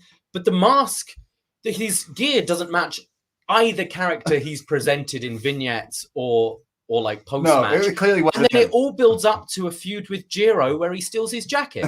It's like, why? Like, has this whole thing, all these weeks, hacking into the Performance Center voicemail just because he really wants Jiro's jacket? I don't Oh. understand. It's terrible. To be or not to be. I will say though, I said Duke Hudson last year. However, like Duke Hudson, Andre Chase you are like one of my favorite things in wrestling I love right Chase now. U. Chase U is a great. So like if you're a fan of the Sami Zayn bloodline stuff, you gotta check out, you gotta see the and Duke Duke stuff. is someone who's completely come out of his shell doing this stuff rather than playing poker. Yeah, fair play. All right, and Wai. Yeah, my choice for worst character, I suppose it kind of comes down to maybe a lack of I don't even know how to describe it. Lack. I went with Lacey Evans this year for my worst character, and so much which of it. one? Which one? Exactly. It maybe more so comes down to, I think, just completely a fumbling of a reintroduction that maybe started off with some decent promise, with those vignettes where she talks, very kind of candidly about her life story, but it was just the constant barrage of those. And I think adding the music underneath it and making it all too I kind of feel like maybe a little desperate, to the point where I think you got to see the audience start to turn on them, and for whatever reason, I don't know if it was because of some online negative reaction or not, but they decided to go full on with her as a heel, and then they decided not to take her on as a heel with her reintroduction. It's just been a complete mess. They took her off the TV, and now they're trying to reintroduce her again. So we'll see how it goes another time. But I think it's for that complete lack of direction and flip-flopping back and forth.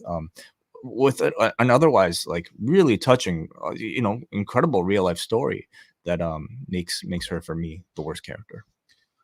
Next subject is best weekly TV show. It was a clean sweep for Dynamite last year. We will see if they repeat. I'll start this one. I did go with Dynamite again this year. I know that AEW, they certainly had some of their struggles this year, but that to me does not overshadow what to me is still a fantastic 2-hour show, 9 times out of 10. That, I mean, we typically get like one really tremendous match at minimum on that show each week. I always look forward to the show on Wednesdays. And you had some phenomenal promos on the show as well. We could go through all the matches, but it would just be a laundry list of them. But it is the clear-cut #1 show for AEW, and whatever criticism you have for Rampage, I don't think you can apply that to Dynamite. At most, they fit too much on the show, but I think even the pacing has gotten a lot better on this show, and I just think it's a breeze to watch. Watching as you guys do NXT on Tuesday night, that show to me feels double the length of Dynamite on back-to-back nights for me. It's remarkable to me how quickly Dynamite goes by, and to me it's still a very, very compelling show. Wai. I too went with AEW Dynamite. I mean, this is certainly the year where we've been the most critical of AEW and its product, and maybe a lot of the flaws that might have always been there are just that much more apparent now that we're that much more familiar with AEW. I still have a lot of issues with the pacing, so I'm very curious to see in the new year what changes. With the new executive producer and just new maybe look and everything else in general. But nonetheless, it is still the best show that is on TV. My runner-up would the best show on TV, period.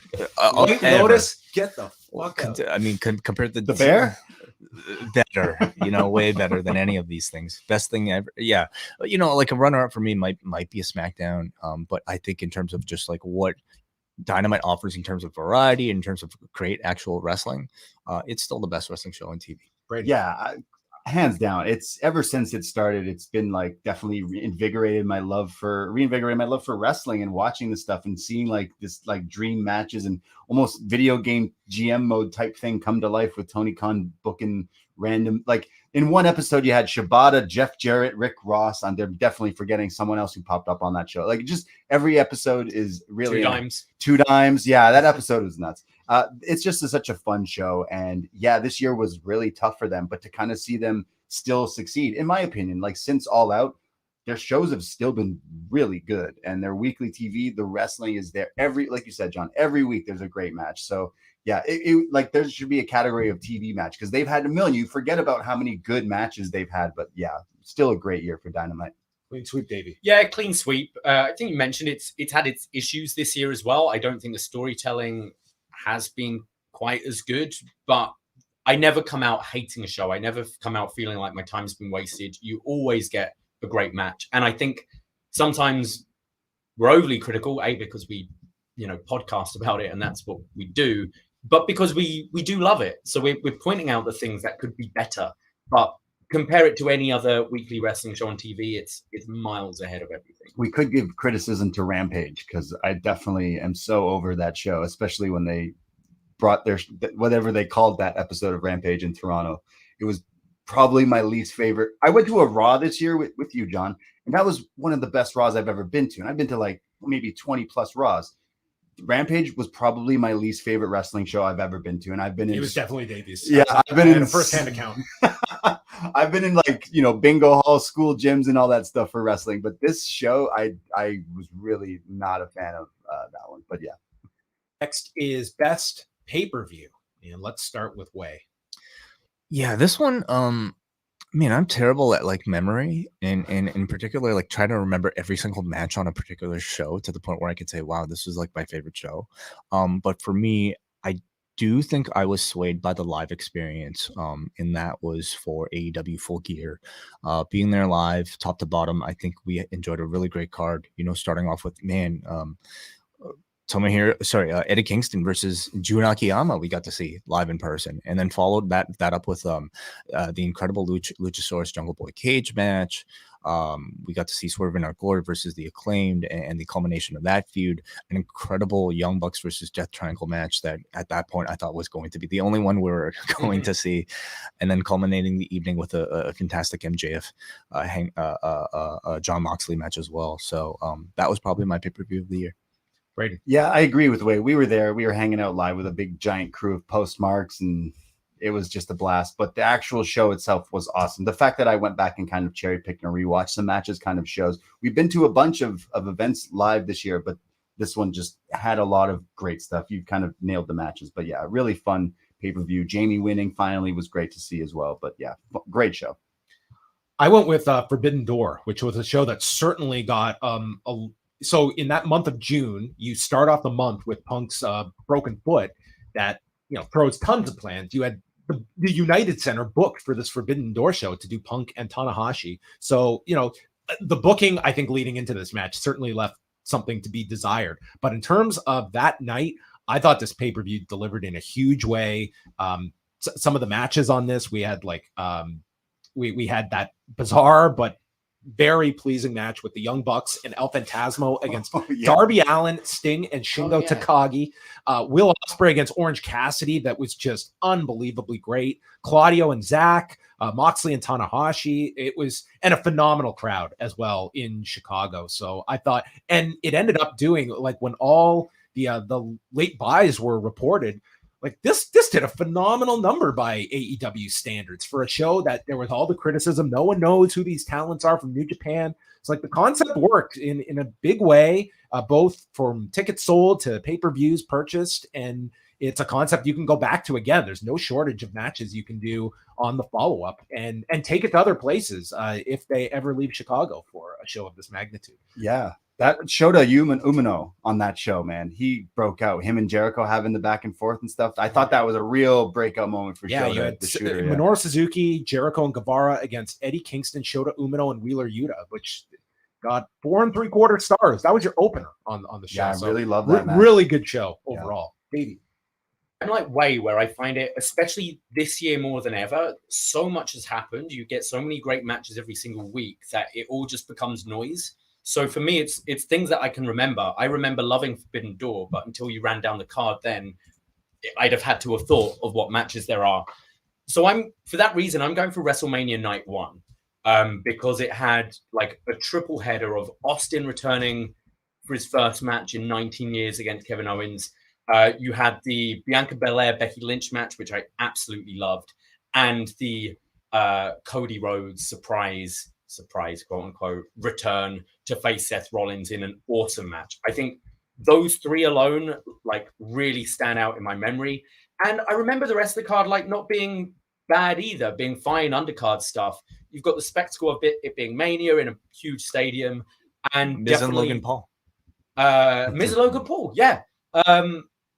And I think I've been so low on WWE for such a while, and watching that first night of WrestleMania made me kind of love it again.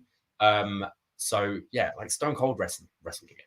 That was on my short list for sure. Oh yeah, okay. Yeah. It was also one of those years where you had, like, I truly believe, like, Austin was the big buildup for this year's Mania, but like that, and I'm not comparing it as the same thing, but when you had 14 with Austin and Michaels going in, like, Tyson was the big attraction, but you had this hot product that coming out of it, you had this huge wave of momentum. And I think that was the case this year with a lot, like Cody, to me, would be that guy that carried a lot of people. And you had a post-Mania interest that was certainly big, and that predated any of Vince's departure or any of that. Like, there was, like, Cody felt like a big shot in the arm for casual WWE interest. It had those goosebump moments for me, which I haven't had for WWE for such a long time. I like both nights of WrestleMania. This is my favorite WrestleMania in a long time, like years. I think I'd put it up there as one of the best. If you both nights, but night one especially was really good. Who hasn't gone yet for?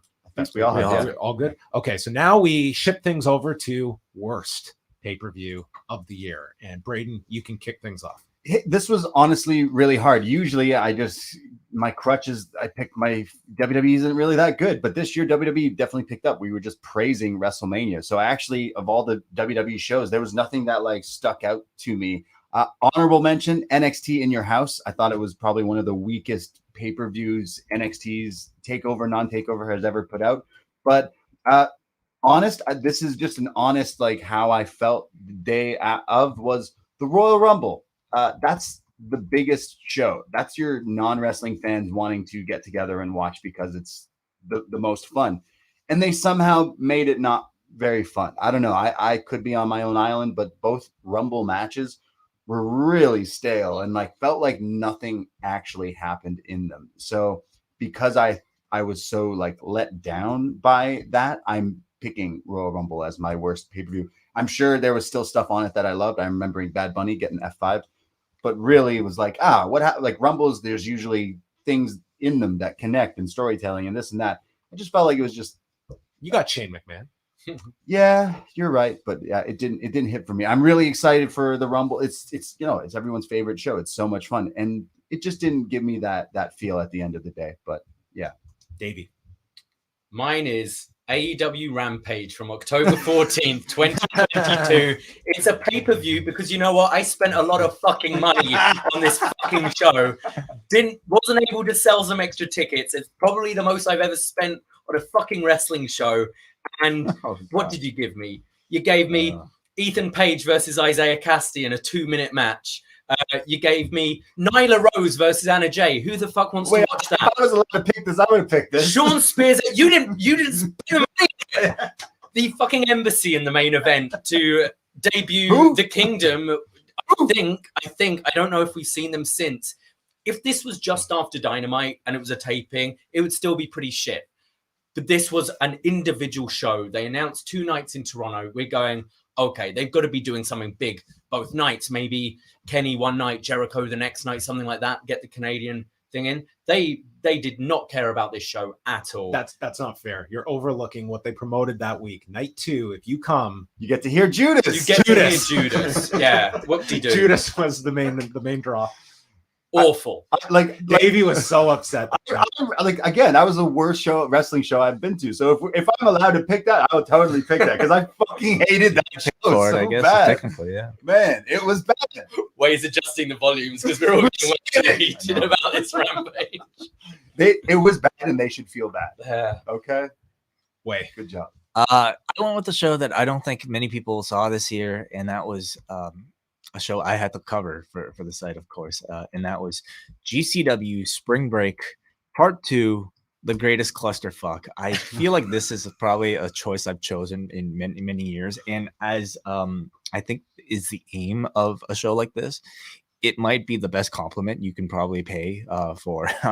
But this was a show that I think in terms of good wrestling might have only been saved by a Mike Bailey versus Jordan Oliver match, a match that was actually supposed to be Mike Bailey versus PCO, but because PCO was injured at the Impact show right before, you had Jordan Oliver step in last minute and deliver a hell of a match with Mike Bailey, who was probably working his 5th match that evening.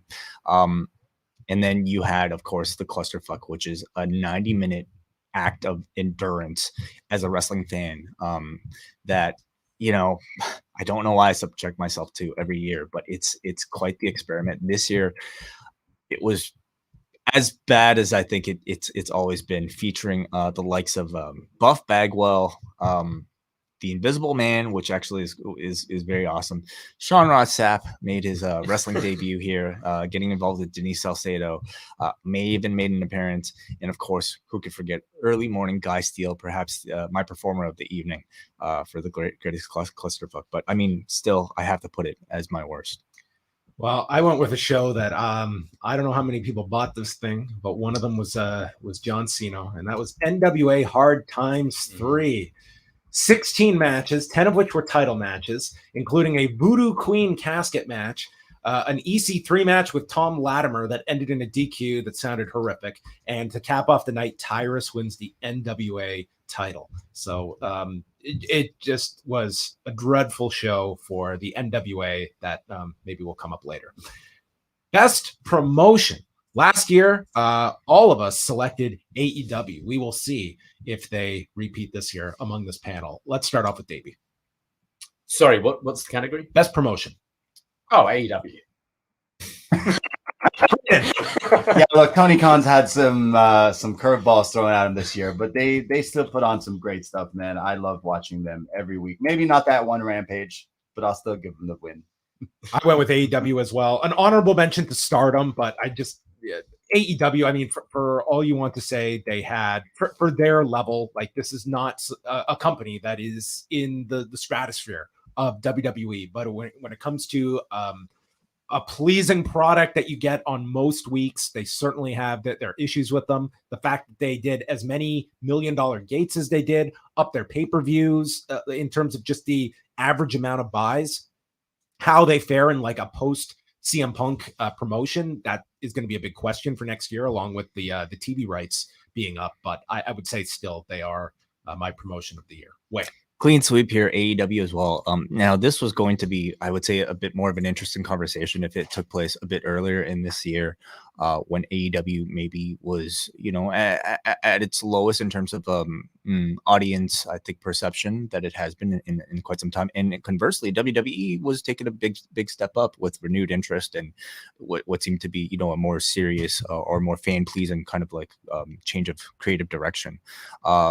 WWE to me is kind of ending, you know, a bit more on a note where it's kind of reverting almost back to like a lot more of a what people haven't really liked about it. Whereas I think AEW is ending the year off maybe better than it was at its lowest point. And I think overall, even at its lowest point, it's still the company that seems to cater the most to the desires of the type of fans that we happen to be, the four of us. And that's, you know, a focus on great in-ring product, working relationships with outside promotions, picking up all the best, you know, in-ring talent, best promos that are unscripted. Rick Ross, absolutely. And Mike Tyson in the same year. Oh, absolutely. So yeah, it's still the promotion of the year, but it's not without its mistakes, and that's what this year kind of spelled. They've done a better job like doing celebrity stuff. I've seen them on a lot more outlets that don't involve wrestling this year. Like, I felt like AEW is breaking that, like, you know, barrier. With MJF at the UFC, I had so many people like, oh, I saw that guy. Like, I've had quite a few asking me about a lot of new this people MJF this year guy. were like, oh, what is this? You know, so We'll see what happens with Bow Wow. Maybe that will be their 2023 $2 million crossover. gate. Okay, worst promotion of the year. I will start this one off. The NWA, which to me had a year that, if you were to summarize, I think it all would center around stuff that happened off camera involving this group, where it was met with, you know, Billy Corgan and Nick Aldis going back and forth. Billy Corgan explaining that when Nick Aldis was doing his prior interviews this year on Busted Open, part of it was an angle we were shooting, but now this is real. It's like, to me, once you're using the media to shoot your angles, what's coming from your side, I don't take you seriously at this point. It's and then Billy Corgan in his other interview with Bradshaw and Briscoe, describing like we want to have all of these big guys. Like, he just described the company and going after casual fans rather than quote unquote pro wrestling fans. It's like, you guys are on Fight TV right now, who do you think you're appealing to? You're not on television. You're going after a lane that does not exist in my estimation of, covering this business day by day. And I think it's a company that I just don't think has any momentum behind it. And it's a model that I just think is not going to attract any kind of substantive fan base, where it's on Fight, it's on YouTube. There's so many great options. And to me, if you are not going after the wrestling fan, good luck, because I don't know who is just stumbling upon this show on Fight TV, and you're creating fans out of that, and your gateway is Tyrus from his Fox News audience. I just don't think it's a company that has an idea of what their fan base is, who they're going after, and I think that's borne itself out. There's so much wrestling out there. You have got to be high quality to grab people's attention.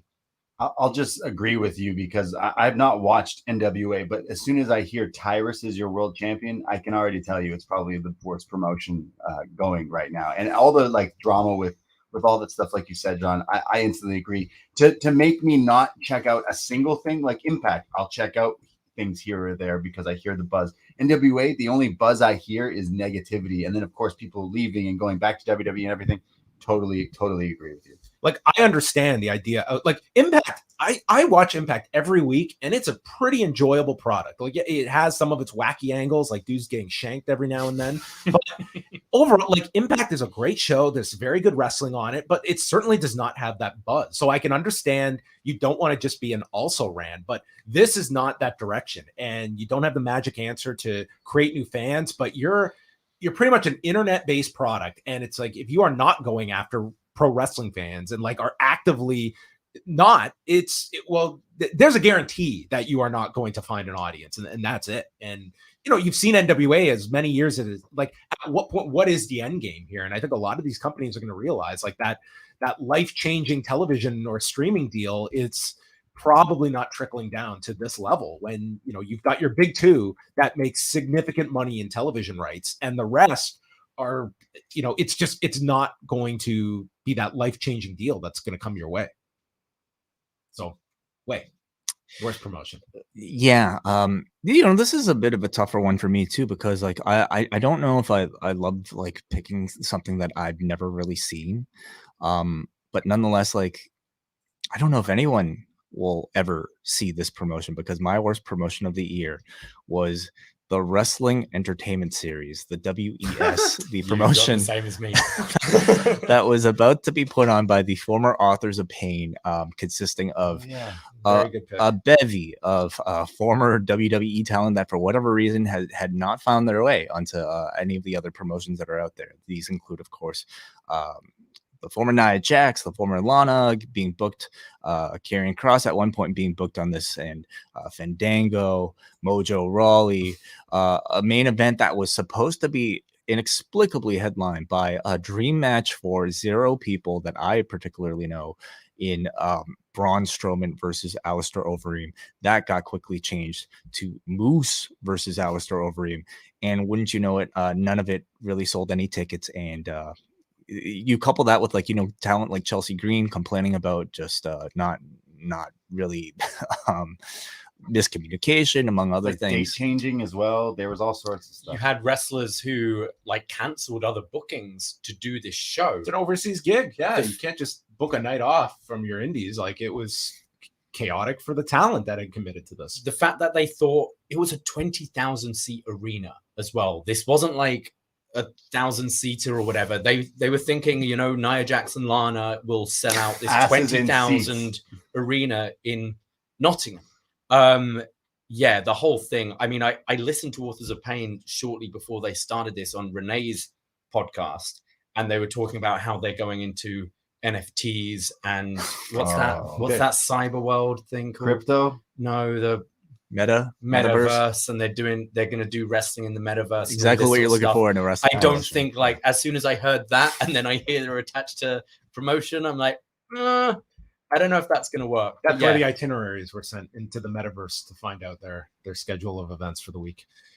Yes, I don't think we'll ever see WES make it to the light. Think about that. The fact that Nia Jax, what she had to have been offered when she's done no indies since leaving WWE, and she was going to do that show. Pour one out. A very good one with WES. Match of the year. Last year, myself and Wai chose the Young Bucks and Lucha Brothers from All Out. Davey, you picked MJF and Darby Allin from Full Gear, and Braden had Kenny Omega against Bryan Danielson from Grand Slam. Braden, what was your match of the year? Yeah, when I watch pro wrestling, I love all the great stuff like storytelling, the technical wrestling factor, the character work, and everything in between the ropes. And that is why I picked Sami Zayn versus Johnny Knoxville from WrestleMania. Really? Because I have watched a lot of matches back this year. This year was crazy.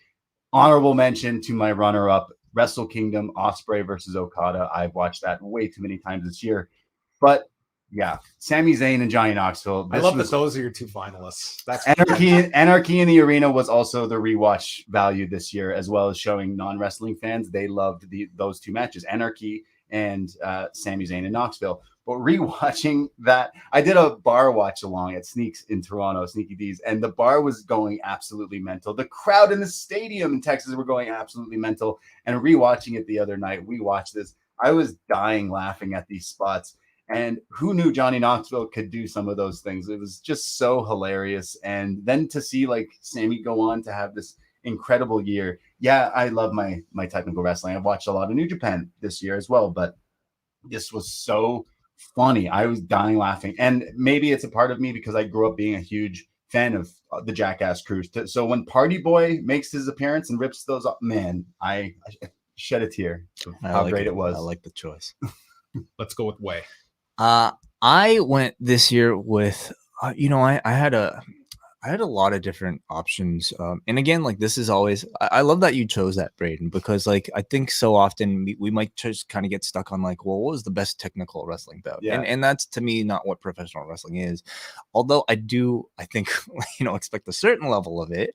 But ultimately it's about what has entertained you the most, what has stuck with you the most. And for me this year, that was Hell in a Cell, Cody Rhodes versus Seth Rollins. I never really watched the Bulls, in their sort of like a glory run, but I know all about the flu game from Michael Jordan. And that to me was wrestling's equivalent of the flu game with Cody Rhodes wrestling with this incredible. Pectoral had the flu. It had something. Yeah. It was the type of match that I don't know if it could ever reasonably be replicated in the same circumstance because so many things have to fall into place. You had to have, first of all, that too. Thank you, John. But it had to be the type of injury that looked so gruesome, yet was somehow okay enough to allow the guy to perform. And yes, this has been a very controversial thing. But soon after this, you've had doctors, tell us when a pec is stripped off the bone, it's not going to get torn anymore.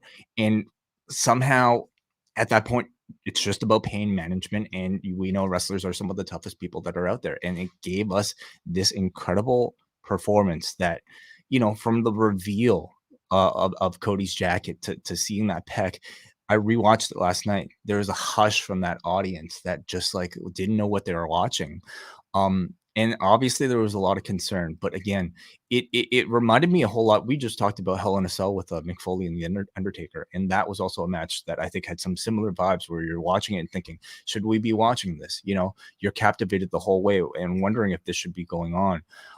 I will say though, as a match, I felt like something like this was much more controlled. They took this incredible visual of Cody's pec and they weaved it into, I think, a wonderful narrative that felt, deliberate every single step of the way.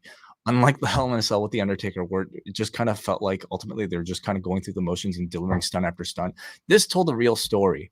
And you also had Cody, of course, doing a lot of the references to Dusty because so many of the promos were about Dusty and so many of the promos were about Triple H. And that's ultimately what the story, the match built to, with the sledgehammer, both of them vying for Hunter's throne and Cody ultimately winning with it. So credit, of course, to Cody Rhodes, but also, of course, Seth Rollins. He had to have been lucky enough to be on the opposing end with arguably the best wrestler in the company at the time, being able to take care of him the way he did.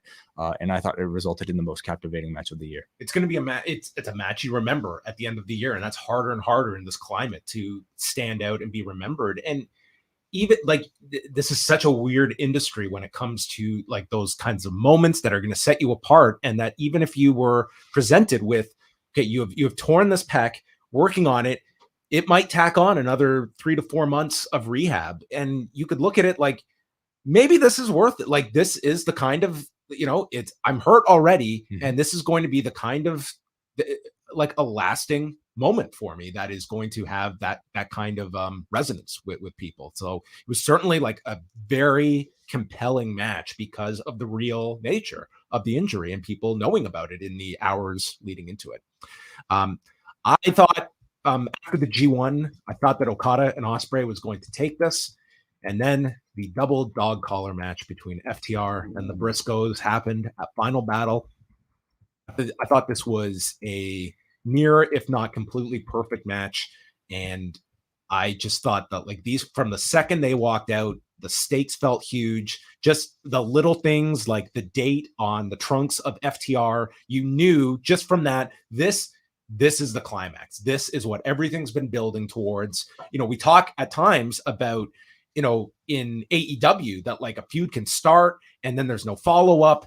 And they were handcuffed here because they could not follow up with the Briscoes and FTR. They only had these 3 shows, and I never saw that complaint. It was like people understood this, and it kept your attention over the course of a year from the initial angle at the previous year's Final Battle. And this final match, it was violent. It was all justifiable violence. It was compelling from the audience's perspective. They worked so hard, and like these violent matches aren't always my cup of tea, but when they're done right, I can certainly acknowledge how great of a match this was. And this took the cake over the other ones for me that they did this year. There were some outstanding matches, but I just thought this was like an all-time great dog collar match. I mean, we could have done best dog collar match of the year and there's 2 had really candidates. great ones. So it was a great year for dog collar matches as well. So that is my pick. And Davey.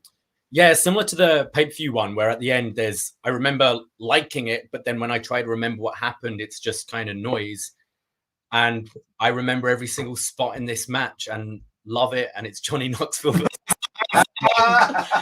It's wow.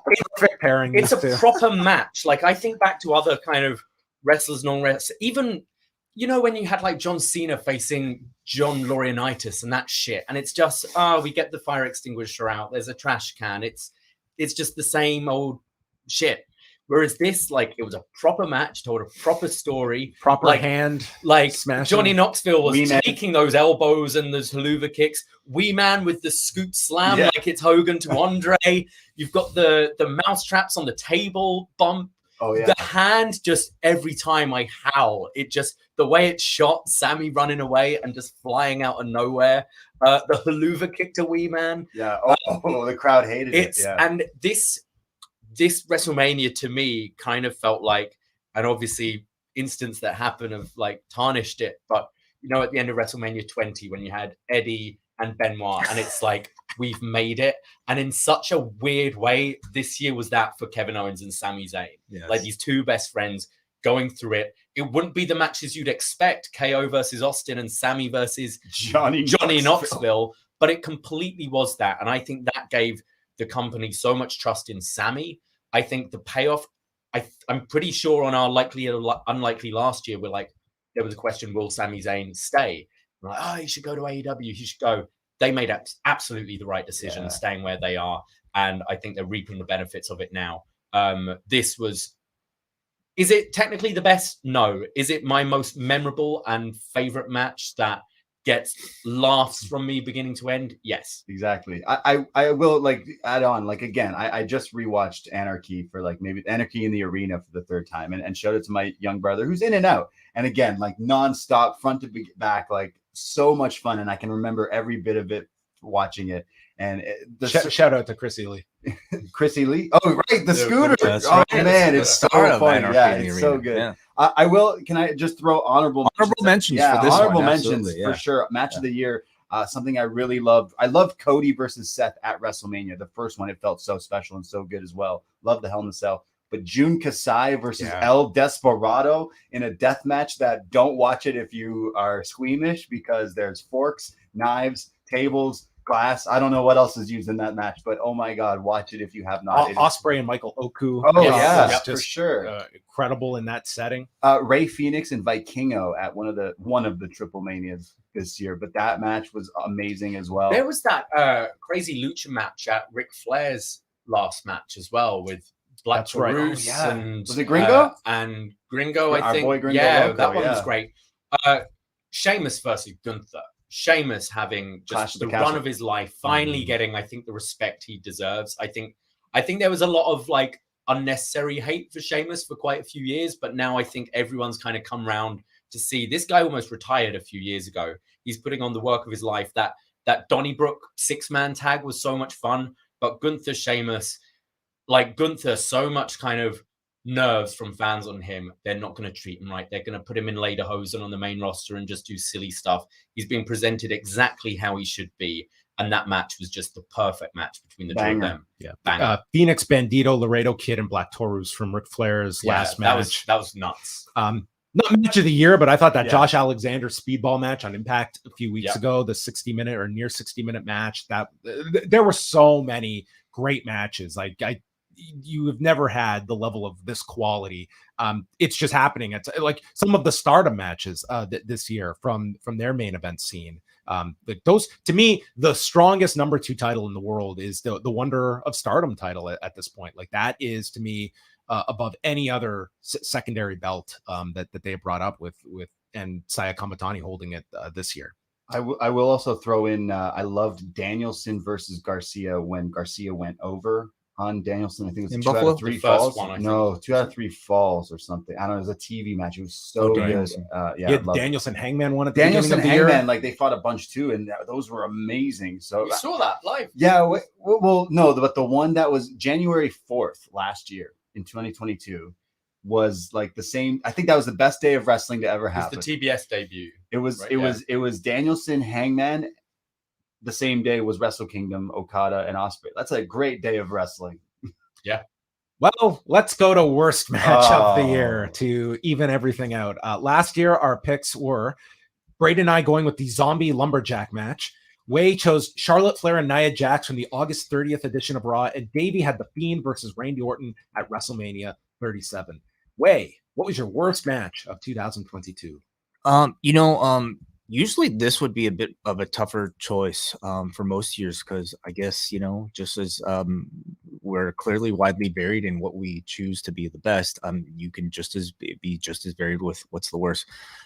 This year, I'm very grateful that we had a match like this that made the choice crystal clear, and that was from WrestleMania, Pat McAfee versus Vince McMahon. Now, when it comes to worst, I guess I do lean a bit more towards like technical ability, because when something is just embarrassingly bad and should never take place on national TV to expose the sport of professional wrestling the way it did, it has to win an award. And for me, it was this match. Vince McMahon, clearly somebody who should not be in a ring like this.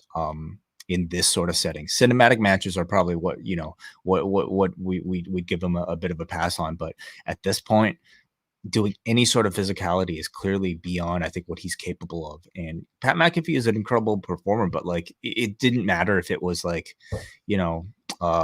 Zack Sabre Jr. on the other side of the ring. Like it could have been the greatest wrestler ever, and I think you would have ended up with complete shit. And that's what this was. I imagine this is going to be a clean sweep. I too went with Vince McMahon and Pat McAfee, just like all time, like awful match in WrestleMania history. Maybe you guys can do worst match ever WrestleMania this year. I'm also going to give a nod to Kazuyuki Fujita and Katsuhiko Nakajima from February 23rd in Nagoya, in that this was the match that ended Nakajima's GHC heavyweight title run to Fujita.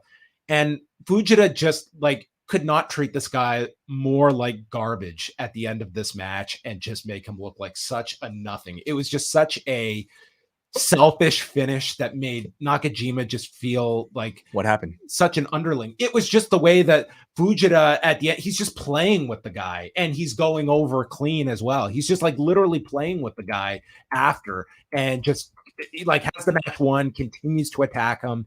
And it was just such a burial to me of Nakajima at the end of this match and set up a very uninteresting title run with Fujita that he ultimately had to vacate later in the year. But Vince McMahon, Pat McAfee, head and shoulders, the worst match of 2022. Braden. Yeah, look, we do up next. We watch NXT. It's developmental. There's a lot of people who, like I said, are thrown on TV who might be very green and stuff. So I feel like it's almost not fair to criticize someone who's having like their third match. But again, they're being put on TV. If they're not ready, they shouldn't be put on TV. There's one that comes to mind. I'm not picking it, but it's my honorable mention. Indy Hartwell and Lash Legend, July 12th, NXT. Wow. I've rewatched it 3 times because I had to. Why 3 times? Yeah, the first 2 viewings. I think I showed someone. Someone else was like, "Wait, how bad could it be?" Yeah, and then showed it to them. But something that's my honorable mention.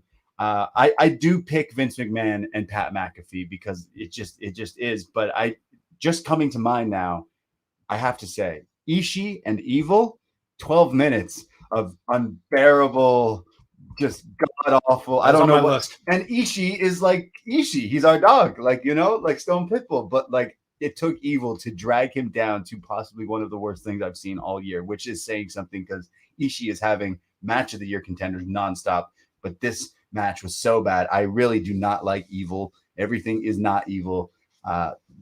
Really memorable, but then put it in perspective. Like, was it worse than Vince McMahon and Pat McAfee? No, not at all. So Pat McAfee and Vince takes the cake for me. Yeah, some of my honorable mentions as well. I was just Can I come to mine? Oh, you go. Yeah, go because it's not a clean sweep. Oh, okay. Here. The men's Royal Rumble. Whoa. It's Vince versus Pat was awful. I'm also sure it was about 3 minutes long. It wasn't long. So it didn't waste too much of my time. But yeah, the men's Rumble, like this is normally easily one of my favorite matches of the year. It always works. It's always entertaining.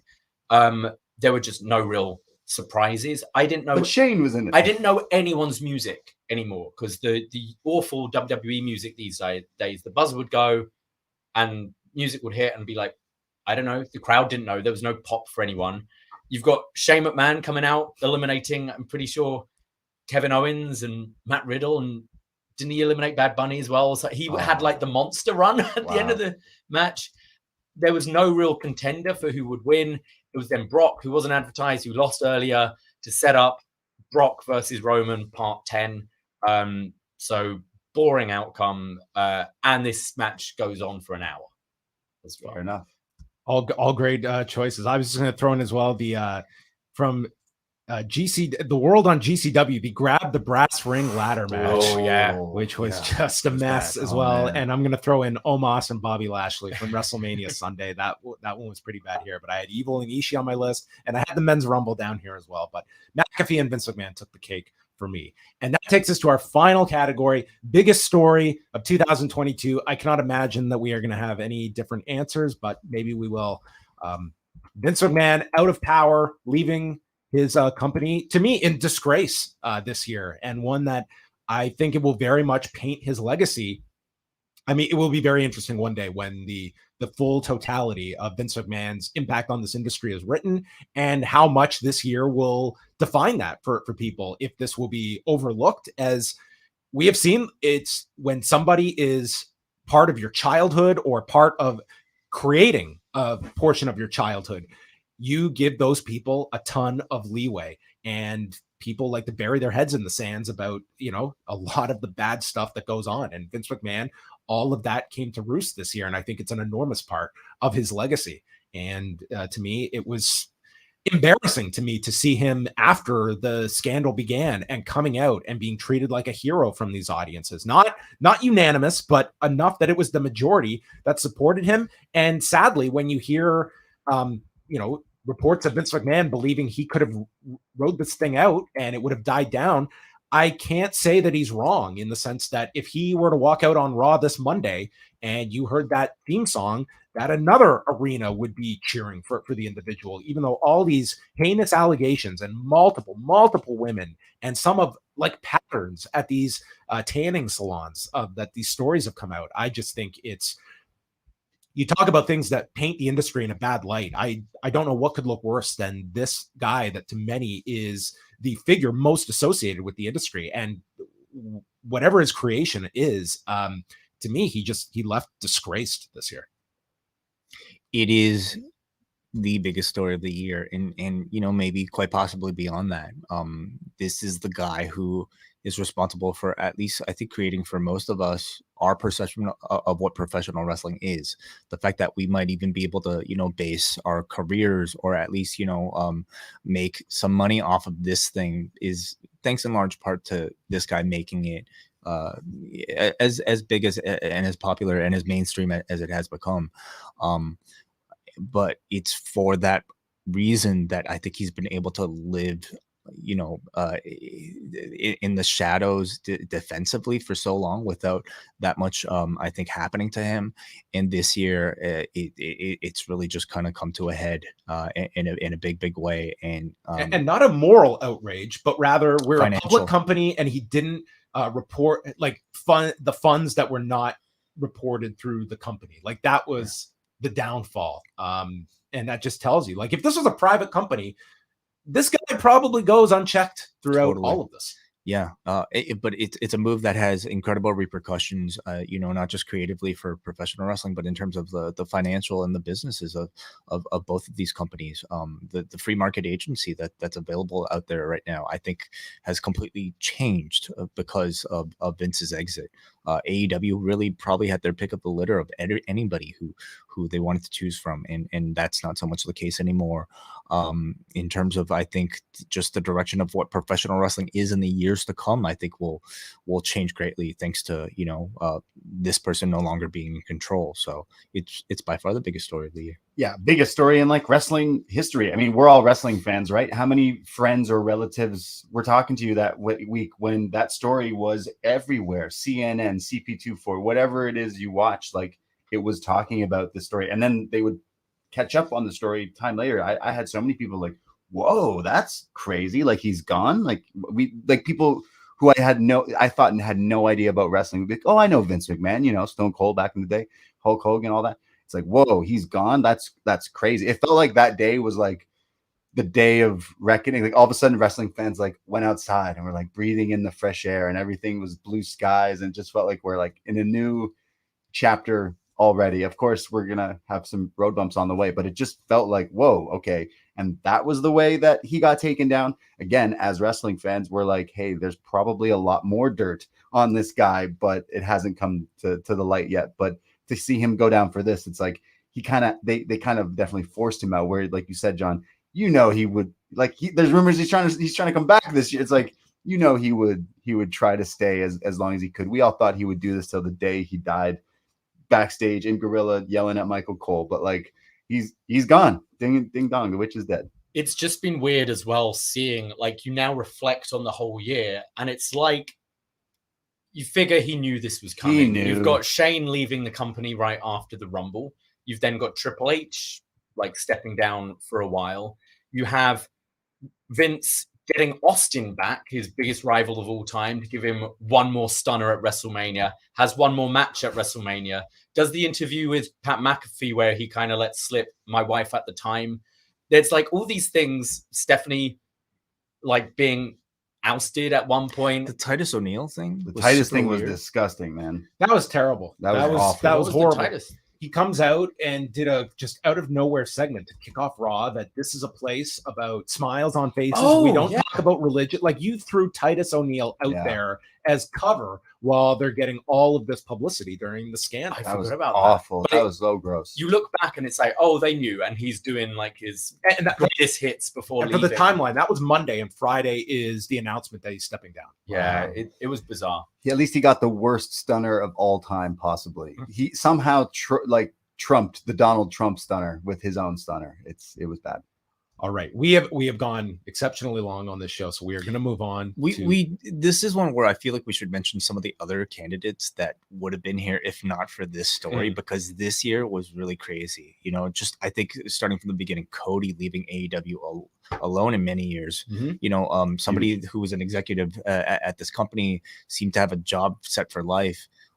Deciding to leave and going back to the WWE the way he did, I thought that was a big story. Obviously, CM Punk in the brawl out, Naomi and Sasha Banks, you know, that in itself, you know, was I think a major story. Tony Khan buying Ring of Honor, Steve Austin returning, you know, the MJF stuff, wrestling, Shibata, yeah. There's a lot of stuff that happened this year. Without Vince McMahon, I think CM Punk All Out thing, brawl out thing would take the cake. We don't know all the details, but that definitely is something that has everybody. It kind of took away from Vince McMahon in the later half of this year, but still. Honestly, it does impact professional wrestling, but just the way all of these, like after that Netflix number came out in the summer and they were below projections, and suddenly you saw the whole streaming business shift away from subscriber growth to revenue that these streamers are providing, and you've seen like a big clampdown. Like what's going on with Warner Brothers Discovery, that's more of a major story for next year as it relates to pro wrestling. But there's a lot of stories you know, just in the overall media landscape that certainly affect pro wrestling. The fact cable homes continues to decrease at a pretty significant rate, and how that's going to figure into everything. You know, it's certainly like it was a very, very pivotal year just in terms of what the landscape is going to be like a year or two from now as you go into these big negotiations. So there you have it. Those are the best and the worst categories of 2022. But we are going to cap off the show with our annual game of likely or unlikely. And we opened it up this year to you to send in scenarios. But before we do so, we want to quickly recap last year's predictions and how everybody fared. So these were the scenarios that Davie put together last year. So number one, Sami Zayn stays with WWE. Myself, Davie, and Wai all were correct on that one, that he would stay. Braden thought he was gone. Good thing he didn't. He had match of the year. Yeah. Bryan Danielson wrestles a match in New Japan. In Japan itself, we were all wrong. We all thought that would happen. Kazuchika Okada wrestles in an AEW ring. Only Wai got that one correct, that he would not.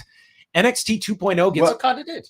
What are you talking about? Forbidden Door. Oh, Forbidden Door. I totally blanked on that. So you're Crazy right. year. Wai was wrong. We were all right. Damn You're it. right. NXT 2.0 gets canceled by the USA Network, and myself, Wai, and Davie all thought it would stay on. Braden thought it would go back to the WWE Network. Technically, NXT 2.0 is no longer on the It's just USA NXT Network. again. So Okay. Yeah, that's semantics if there ever was one. Cain Velasquez versus Junior Dos Santos takes gosh. place as a Oh wrestling my match. God. Another big story of the year was Cain Velasquez. Ooh. Wai and Davie were correct. They did not think they would have a match. Myself and Braden, we thought it was a given. These two. This is when JDS was doing the stuff with AEW, so we thought it was a natural. It was Could have not. happened in Mexico. Yeah. CM Punk wins the AEW title. All of us got this one correct. yeah, I think so. Cody Rhodes turns heel. All of us AEW didn't fans, even yes. know what does it even mean for him to turn heel. This is at the point where it's the climax of like this crowd loves and hates this guy. Yeah. And little did we know what was to happen. Roman Reigns holds the title beyond WrestleMania. Myself, Davie, and Braden all got it right, with Davie adding he could even leave WrestleMania with both belts. So I think Davie gets the There you extra go. point on that one. Johnny Gargano signs with AEW. Sorry, I didn't even have the names here. I'm not sure who. Which of I've us got this one. Did you have that one? Who I got it? think Braden likely, Wai likely. Whoa. John raises the stakes and asks, "Will we see Gargano v. Almas and Chill in AEW?" Right. I don't think I gave an answer on this one. Yeah. So all likely. Io Shirai wins the Raw or SmackDown Women's Championship. Braden, Wai, and I got that one right, that she would not. MJF wins the AWA title. All four of us said likely on that one. Wow. That AEW Rampage would move to 2 hours. Wai said unlikely on that one. The rest of us figured it was a given. Rampage going to 2 hours. Yes. It is not yet. Thank God. And then Rampage moving nights. I said unlikely on that one. WWE being up for sale. I think it was more so about them being sold, and we all said unlikely on that one, and we're correct. GCW, which had an interesting year, would run a bigger venue than the Hammerstein Ballroom. We were all wrong on this one. I would say a year ago, it was the height of GCW going into that Hammerstein Ballroom show, and they did not run a bigger building than that. Braun Breaker challenges for one of the main roster titles. Wai, Braden, and myself were correct saying he would not. We would get another barbed wire death match in AEW. All of us said unlikely. That they would try exploding barbed wire death match. AEW and Stardom would work together. Myself, Davey, and Wai said unlikely on that. I guess you could, you could say, like it was more so a New Japan Stardom crossover. I wouldn't say AEW and Stardom. Yeah, do I have time to go to the washroom? Yeah, go for it, guys. As we're at 3 hours in. Keep going. And then we had Kyrie wrestles in 2022. All of us were correct and said she would. Whoa. Leo Rush retires. We all said unlikely. We're correct and incorrect. Yeah, we're all right and also not. NXT runs a show outside of the Performance Center. I was the only one who said likely on that one. Everyone else thought they would stay inside. I mean, they did one. They got back to house shows though, but in terms of a show, it was just WrestleMania weekend, right? Yes, stand and deliver. Everything else was even that Clash at the Castle weekend, which you thought would have been an easy one to take them over, but perhaps difficult going overseas. Certainly, I would expect a lot more now that they're going to Charlotte next month. And then the last one, which I think Braden, Davey threw in, Brian Cage in WWE. I didn't know if this was a hot button issue at the time a year ago. Well, I think he just hadn't been on AEW for so long. Well, I mean, he wasn't on AEW too much this year either, but at least has a spot in Ring of Honor. Wai and I said unlikely. John, you're missing a very, very important likely, unlikely that I hit everyone with last year. And likely, unlikely that Freddie Prinze Jr. would start his own wrestling company. Yeah, and everyone laughed. I don't think we gave answers, did we? We all answered except you. You refused, John. You refused to answer this question. I said Freddie Prinze Jr. and Macaulay Culkin, or both together, or just separate, that they would be starting their own wrestling company. And well, a few months ago, Freddie Prinze Jr. said he's starting his own wrestling company. So does that constitute launching a company? You can say a lot of things. He said he's been trying to get a wrestling show that is more like TV, like a soap opera with matches in between. Who wrestles for Freddie Prinze Jr.'s company? What TV station is it on? I mean, literally. If you don't, he has not launched a wrestling company. Then you two have launched. But he said he was. We have more of a wrestling company than Freddie Prinze Jr. You're making more money in the wrestling industry than Freddie Prinze Jr. is right now. He did return to acting. I think he's in another Christmas movie. But it's not that great. Yeah, we did watch that Lindsay Lohan one on Christmas. It's Day. awful. It's awful. I watched that one. We were getting really into it. The Freddie Prinze Jr. one is better than that. The Lindsay Lohan one, but that's low praise. Yeah, I see him getting maybe some sort of deal with a TV. He's trying to make it like he wants like the SAG involved or what is it like this whole like TV screenwriting kind of long. Good luck. If he can pull that off, that's great. Yeah. But that's a lot of pie in the sky. Absolutely. Maybe the likely unlikely he just joins another wrestling company and helps them work with their. He's a super dedicated. Buys WES. Yeah, I don't know if that's the remnants of it all. Okay, so those were our likely and unlikely scenarios from last year. And so let's go to our listener submissions and we'll play each one and let's keep this concise and we'll just go likely, unlikely with each scenario. All right. The first one here comes to us from Alexander from Portland. Let's hear it. Hey, John. Hey, Wai. MJF has been talking about this reign of terror. So likely, unlikely, MJF goes undefeated for the AEW World Championship all throughout 2023. Thanks. Okay. I'm going to say unlikely, but I think he is going to hold it for the whole crux of this is like going down to the wire as your champion that could jump with it. Yeah. But I say unlikely. I think he holds it for a very long time, but unlikely.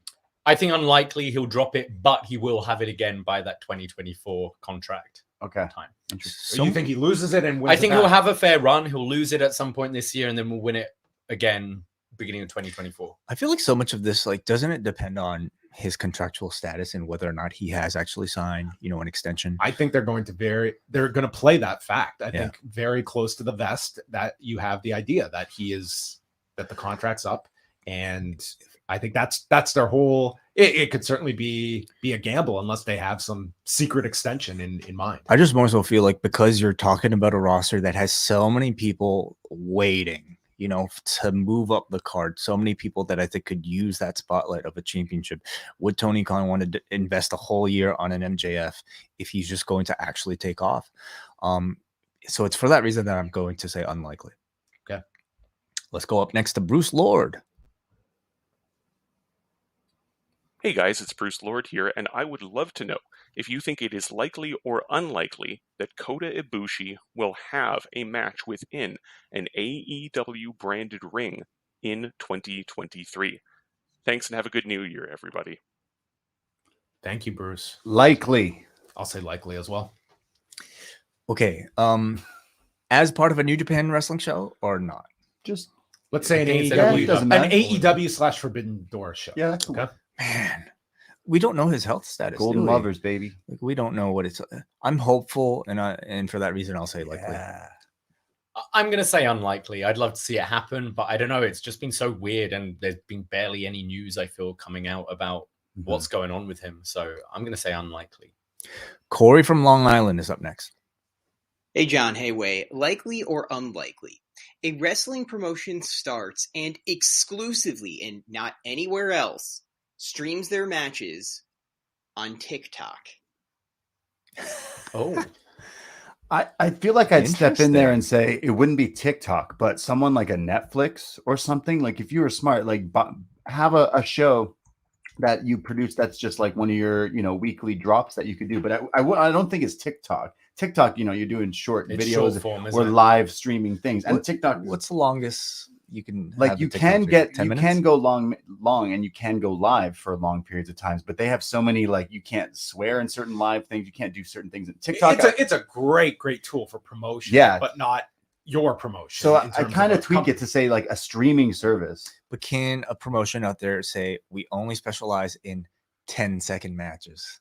Okay, that could be likely, and I'm writing it down as a good idea. Way I'm saying unlikely. Unlikely. I think it's a great question, but it's probably unlikely. Yeah. But that's a great idea for a promotion. I like clever. We have TikTok though at Poisonrana Pod. Let's go up next to Dave from Wisconsin. Likely or unlikely, Undisputed Elite reunite on WWE main roster in 23. Wow, is that possible without Adam Cole? They're all like in like long contracts, so I don't think so. Cole, O'Reilly, unlikely. Where is the lie? Heavy unlikely. Unlikely. Then let's go up next to Dylan. Hey, John and Wai, is it likely or unlikely that Rhea Ripley will win either the Intercontinental Championship or United States Championship? Okay, I like that. These are good. We thought these are all really going, good. And it's very different. Unlikely. Likely. IC title. I'd like that. I'm going to go likely. I'm going to say unlikely now because I think, Paula Beck has been trying so hard to revamp these championships. I mean, you've got a guy like Gunther. Oh, true. That is really setting the bar so high, I think, for what you're expecting right now for an IC title level champion. If Rhea wins it, she's going to have to live up to that same expectation of a Seth Rollins or, like somebody who can have those weekly defenses. Like if we're talking about the IC title from a year ago or 2 years ago, then yes, but not now. So I'm going to say unlikely.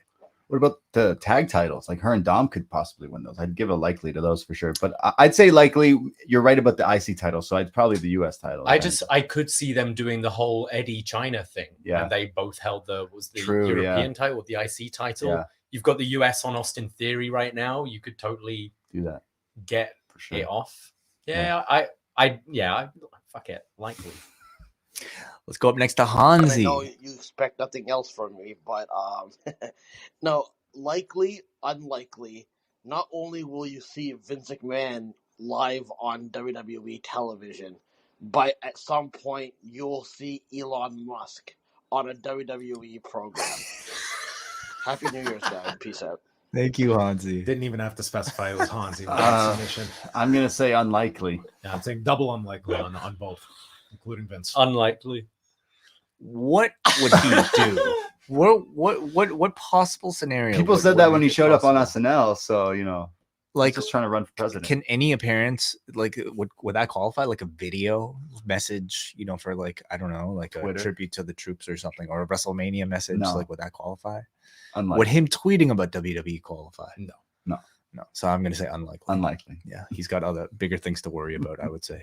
44 billion. $44 billion for Twitter. Let's go up next to Brian.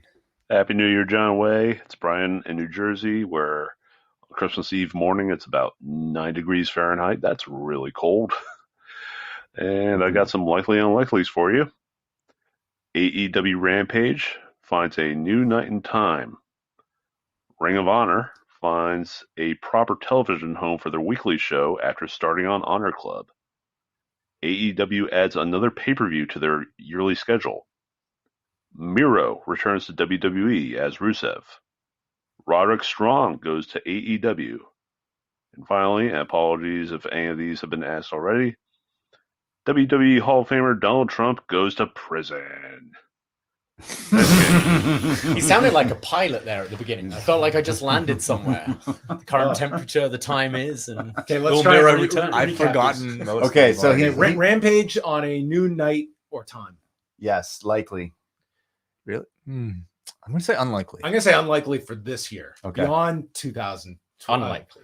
Yeah. Okay. He also said Roderick. Let's talk about that a Okay. bit more though, because if you're TNT, like, do you want to put Rampage on a different night? Or are you happy keeping it on a 10 o'clock Friday? Like, do you care that Rampage isn't necessarily performing maybe, I don't know, as strong? Or do you just want something for 10 o'clock on a Friday better than whatever else you had there before? I think they're limited by options of like other sports commitments. course. And if you are of the belief that Tony Khan doesn't want to go against the NFL, like that's, you don't have a whole lot of options of where you can move it at that point. You're not moving it to Monday or Thursday if it's the NFL conflict. Tuesdays, from their taping schedule, Tuesday it would wouldn't be work. very difficult. Mhm. And I don't think they're looking to add a second night of tapings and those expenses. So I think Right. Friday is what you're set at. We'll see. Like Rampage has ended the year off like on at least a bit of an uptick. Like the last week's show with the trios battle royal, like it did well by like they were fifth on cable that It's night. not You mean the that's Three not the full name, Kings? John. Three Kings full cash money. $300,000. Well, 300. maybe that it was the key to success, but I'm going to say unlikely that they move this Unlikely. year. I think the next television deal could very much move Rampage, but not this year coming up. Okay, we'll try I'm our best. sorry. ROH off Honor Club onto a proper television deal. I'm going to say Unlikely. unlikely. I maybe a few months ago I would have been more optimistic, but I'm going to say unlikely given the current market. Unlikely. Yeah. Unlikely if it hasn't found a place by now. I also don't think they would abandon Honor Club like after like, you know, getting people to sign on like within a year, you know. Yeah, true. Miro and WWE. What's his contract? Like, We don't know length. Yeah. But, I'm going to say unlikely. I don't think he's getting released. Okay. yeah, I don't think so either. Yeah, I Unlikely kind of want for to see me. him work in AEW. So unlikely. They won't even let him be there to have a fight to get fired by AEW at the moment. He's So just you want him to not go? there. Yeah, I just want to see him do something, Yeah. but unlikely. He also asked about Roderick Strong going to AEW. Likely. Unlikely. I'll say likely. Likely. So likely for that. Likely. He's still in a wheelchair right now. So kayfabe wise. Why isn't he somebody who's been called up yet? So bizarre. Especially they just did the Jamie Noble retirement match. I would have figured that would have been a perfect time to do some sort of angle to bring him in. They've been buddies and all that stuff. But yeah. I feel it'll be unlikely for me. I think unlikely. I think the shape of things a year ago, maybe, but just seeing how like Undisputed Era kind of did in AEW. Obviously, there were injuries, but it was just a bit like messy. Yeah. But But with Ring of Honor, he would fit in. How about Marina Shafir to Diamond Mine? no, Absolutely unlikely, please. You don't know me. we've got Ivy Nile. Yeah. Okay, is that it? Oh, Donald Trump likely going to jail. Unlikely, unfortunately. I'm gonna say unlikely too. Unlikely. Let's go up next to Jake from the Windy City. Hey guys, it's Jake from the Windy City here. My scenario for likely or unlikely for 2023 is Stardom holds an event in the United States in 2023? Likely or unlikely? I think 100% likely. What does that mean, though? Like, would it be under a New Japan banner or just something advertised as Stardom? Is that what we're saying? A Stardom specific show. Stardom, yeah. Yeah, likely. You think 100%? I think I won't say 100%, but I think very likely. Yeah, I'm going likely on that one. Yeah, I think likely. They've done it for WrestleMania weekend. They have done it before, yeah. Like, we know they're going to do like the New Japan show in San Jose, and you're always going to have a IWGP women's match. But I do believe like they'd be crazy to me not to at least try a Stardom specific show. I think they do it really well in LA over Mania weekend or a SummerSlam weekend. It just seems like anytime like the New Japan has kind of like, or at least like, correct me if I'm wrong, didn't the last Stardom shows this side on this side of the pond, weren't they in conjunction with like sort of like a thing that was already in place?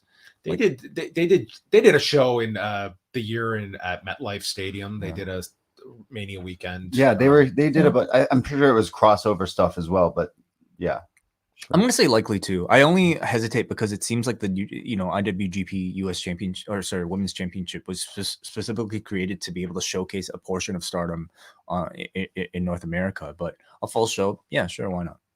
Let's go up next to. We'll get a Women of Wrestling Stardom Forbidden Door. Yes, heavy rap character. BK Rhythm. We don't need to talk about BK Rhythm. That's it. Let's go up next to Jason Keene.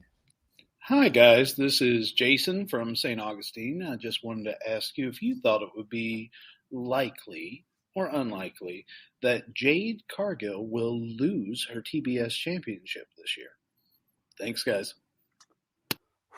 I love Jade, but I think 2023 would be a good time to take the title off her. So likely as well. I think she's accomplished like what she needed to, or maybe not completely, but she needs some great matches. Maybe that's still the thing. For me, like my pick would be somebody like a Willow Nightingale. You know, absolutely. I can see Statlander on her return. She comes back. Yeah. Let's go up next to Jay from Colorado. Hey guys, Jay from Colorado here. How likely or unlikely is it that Vince McMahon would, out of frustration or maybe pure boredom, decide to create a new venture? Let's say maybe probably not pro wrestling, but maybe he decides to do his own slap fighting league, extreme slap fighting, or maybe we're going to get like extreme frisbee golf or something. So that's my likely, unlikely for 2023. Just wanted to really quickly say too, happy holidays to everyone in the post wrestling community, and to Wai and John and everyone else. I love you. I wasn't expecting that at the end. I'll say unlikely that Vince McMahon launches another venture. Vince has got to link up with Freddie Prinze Jr. Clearly, I mean, he's clearly got a lot of money. What's he going to do with all that money? Just and go all on that a time? beach, disappear. I could imagine him like, you know, funding secretly some sort of like, you know, business, but like as far as like being the public face, he's still as long as he is still like your controlling shareholder in WWE, it's like he's going to be limited as well in terms of like especially wrestling ventures. Like that's out of the question. But he started the XFL. You know, he could start, you know, based on, you know, what his you know, options are outside of wrestling. I really just don't see him launching. I'm going to say likely. I'll play the contrarian. I'm saying unlikely. All right. Maybe Vince will get into FS1 or F1. Sorry, what did I say? FS1. You can tell I don't watch. You get into a cable network. Vince leading an F1 team. Yes. Let's go up next to Nat. Will we see Jon Moxley and Renee Paquette spend screen time together on Dynamite and Rampage this year? Will Mox and Renee spend screen time together? I mean, Renee interviewed Jon Moxley on Dynamite. They will be on screen together at some point, I have to imagine. Does he mean in a match? Will they be involved in any sort of angle? Can we say? Okay. No. I don't think either. I think they'd want to be separate. Yeah. And they've both been quite kind of vocal when they did do something in WWE about hating They're that. great. They're a great couple to think back to Total Divas, but yeah, unlikely. I'm going to say no too. I mean, I think you'll continue to get reference. I don't know. People will continue to insult Renee as a way to maybe get the Mox, but I don't think they'll really make it as concrete as we think. Let's go up next to Nick. Hi guys, Nick from Blackpool here, and happy holidays to everyone. What I want to know is, will the Blackpool Combat Club actually visit the town of Blackpool in 2023? Unlikely. How far is Blackpool from London? Couple of hours. You're telling me the Blackpool Combat Club's still going to be going in May or they whenever? don't want to go to. Yeah, they don't want to go there. Sorry, I mean, Nick. you wouldn't take the opportunity if you're traveling there anyway to shoot some vignettes or something. Like, is this club still going to be a club by the time they go over there? So I guess I'm I'll saying say likely. You're saying likely. Yeah, I'm saying unlikely. They're going to go piss all over Blackpool because of Michael legal. Mansouri is going to send them to Blackpool, and we'll get a whole week of vignettes. I guess I'll say unlikely as well. Let's go up next to. It's 4.5 hours. My bad, boy. Yeah. Oh yeah. Okay, then Might have to be definitely. a small flight. Let's go up next to Benno can rent them a bus. Robbie. Likely or unlikely, Kota Ibushi wrestles in an AEW ring. Yeah, we should have screened these, I guess. Maybe I should change my answer so change that my I'm mind. right or at least once next time. All right, let's go up next to our man Neil. Hello, fellas. It's Neil Flanagan here. Likely or unlikely, Sami Zayn gets a run with either the WWE title or the Universal title in 2023, perhaps as an acknowledgement from Triple H or the other powers that be of his stellar performances in the past 12 months. Wow, great question, our man Neil. I'd say I really want it to happen, but something tells me it's unlikely. Sami Zayn. I will say I'm going to go unlikely. Yeah, I really want it to happen, but there's something telling me it won't. Yeah. But I think that's the perfect end to this story. It would be. Yeah. Sammy over The Rock winning this title. Let's change our picks, 100%. Davey. Let's change it. Likely. I think they will play with the audience's tease. Like you see, you hear the sadness in all of our voices, knowing that it's almost an impossibility. Fine. That probably likely will never happen, but all of us want it to happen so much. They will play with that, audience desire to create a wonderful match. I would hope, between Sami Zayn and Roman Reigns on a big stage. But we know the type of person that I think WWE intends on, being the face of a company, being on. And there's just still too many obstacles for me to think that Sami Zayn is that type of person, especially following, a 2-year reign from Roman Reigns. So I'm going to say unlikely as well. And it's one I hope we all get proven wrong with next year. Let's go up next to Phil. Likely or unlikely, Kota Ibushi will have a match in AEW in 2023. What? Everyone's asking about Kota Ibushi. Sorry. I'll ask a question then. I have a likely or unlikely for you guys. Will CM Punk wrestle in WWE in 2023? Unlikely. I'm going to say unlikely. Will he wrestle in AEW in 2023? Will he just wrestle in 2023? I'm going to say likely. Likely? AEW. Okay, yeah. I'm unlikely on WWE, likely in AEW. Unlikely. Yeah. I don't think we're singing. Yeah, I'll go unlikely. It's a little early before What do you say? Oh, I say likely for AEW. Yeah. Are we done? No, we're not. Oh, We have okay, my bad. two. It's okay. This one comes to us from Tom, and it's probably about Kota Ibushi. Likely or unlikely, AEW will win your Best Promotion Award at the end of 2023. Ooh, okay. Likely.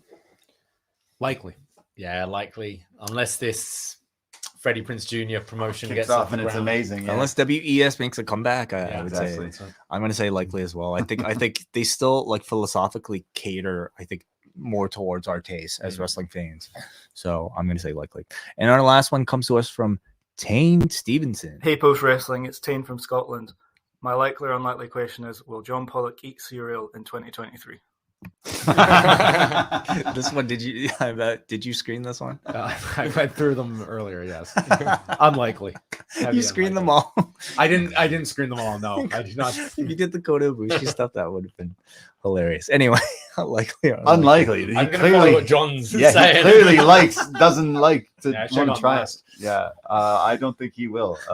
Or chips. To be honest. Is there a scenario where it could happen?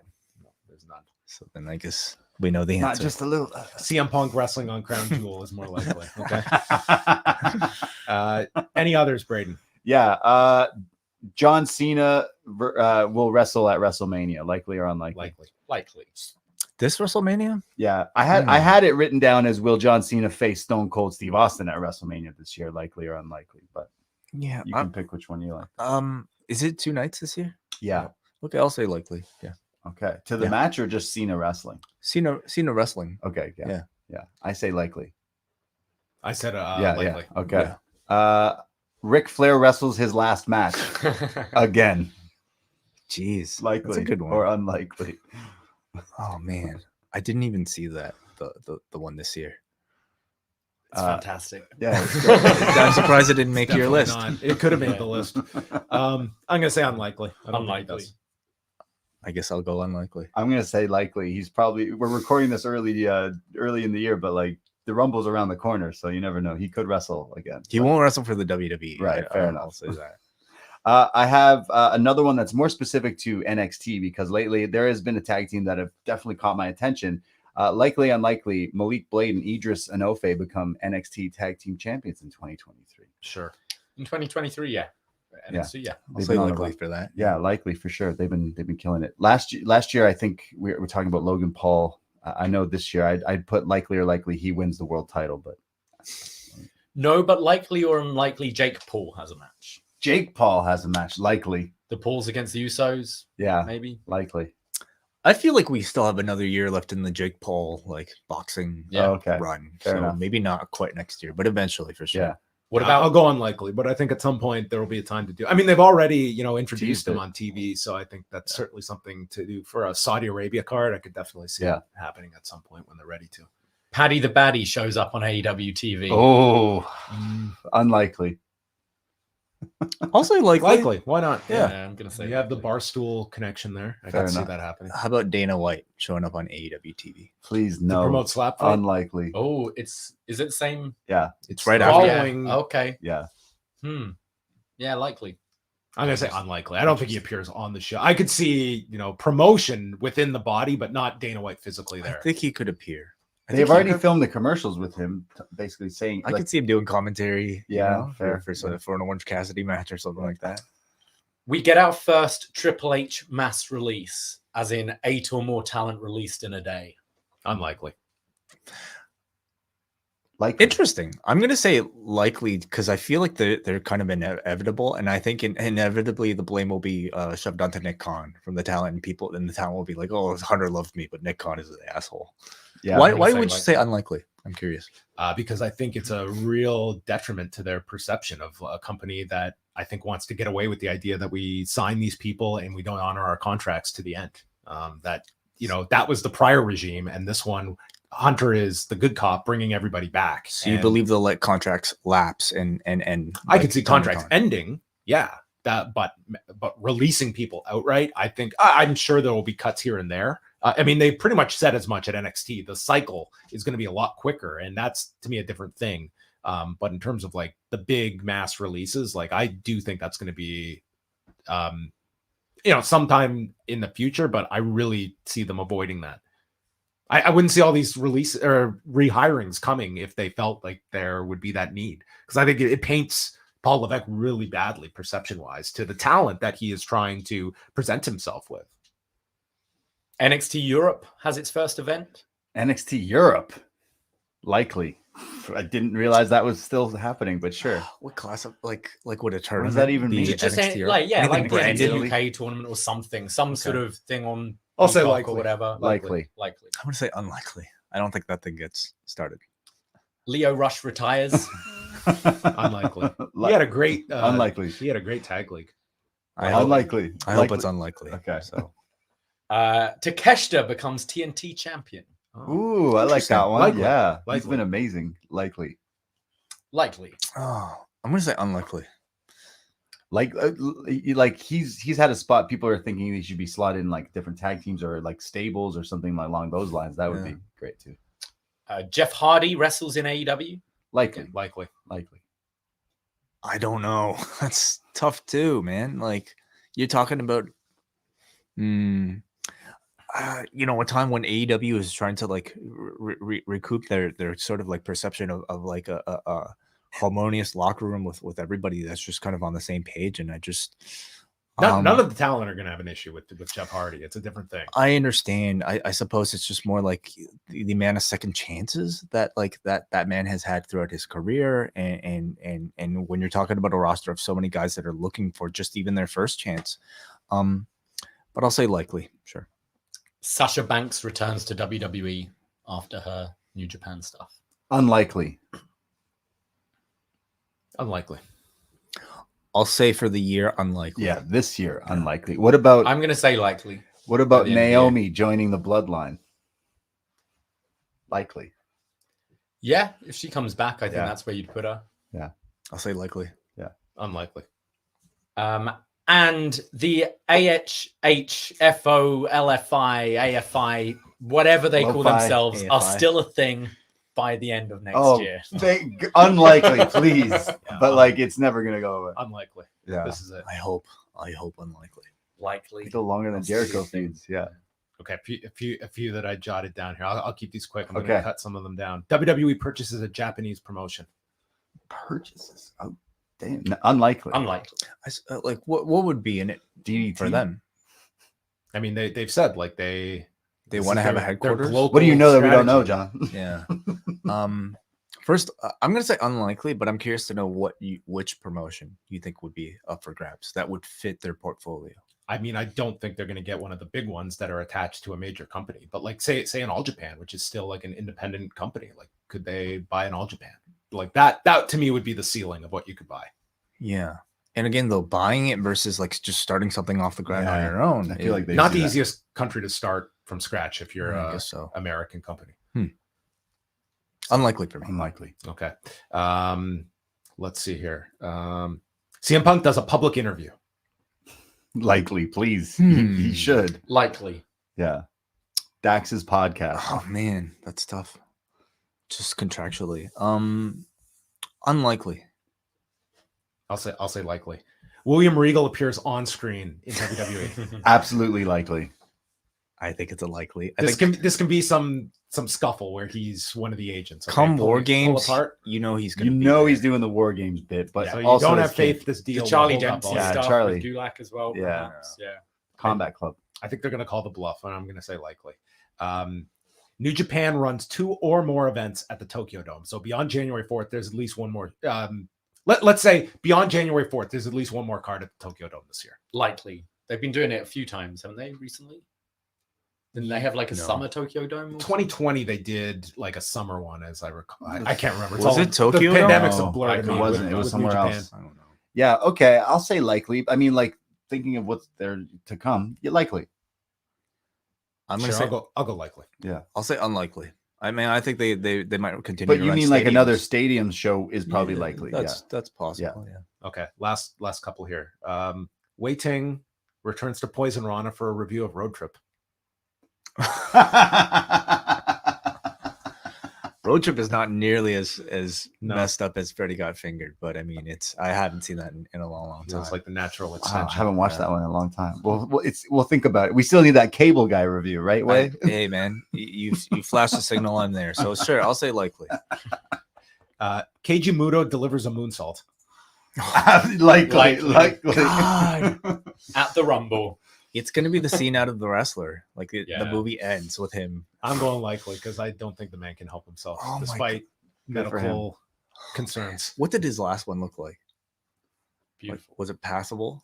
I mean, it was like his It's doctors like a told him, "Don't ever do this again. We have fixed your knee to the best we can." I do remember him doing that like handspring elbow thing, like the cartwheel Yeah. elbow in the corner, which just looked atrocious. I'm gonna say likely. Likely, of course. And the last one, the question on everyone's mind: Davie Portman attends Grand Slam. I'm going unlikely. Third time in a row. Yeah, I think unlikely next year. I'll probably go to New York for someone else. I'm gonna say likely that he will. Likely. Does he attend the entire show? Exactly. Okay. Likely or unlikely. Davie Portman attends an AEW Rampage. Yeah, ask if we'll ever go to a Rampage again, and we'll tell you absolutely not. You will leave before. Yeah, we would purposely leave. Yeah, 12:36 a.m. What Rampage this time next year could be the best show. Could be the most I canceled hope show. it is. Like I really do, but no. All right. That is your likely, unlikely list for 2023. We will revisit them a year from now. And so ends the best and worst of 2022. Guys, tell everybody what is going on Poisonrana. Yeah, hey, Poisonrana. This first week of January. This first week is great. We're going to be doing a show. We do a show every week for free on our free feed, poisonrana.ca, for all that stuff. Every Sunday, we tend to go live on YouTube and talk about all the different topics of wrestling. So we'll be covering Wrestle Kingdom and all that stuff going forward. But we do up next every Tuesday on the Post Wrestling YouTube and podcast feed. So check us out covering NXT. Every week, we do the Vengeance Day post show and everything going forward. But you want to hear more? Patreon.com/PoisonRana for only $5. Friends tier, you get access to almost 500 podcasts that we've done, including the Freddie Got Fingered with Way, Home Alone 1 and 2 with John. We do a lot. We've got our best match ever coming up of 2022, two-parter, talking about the top 10 matches of the year.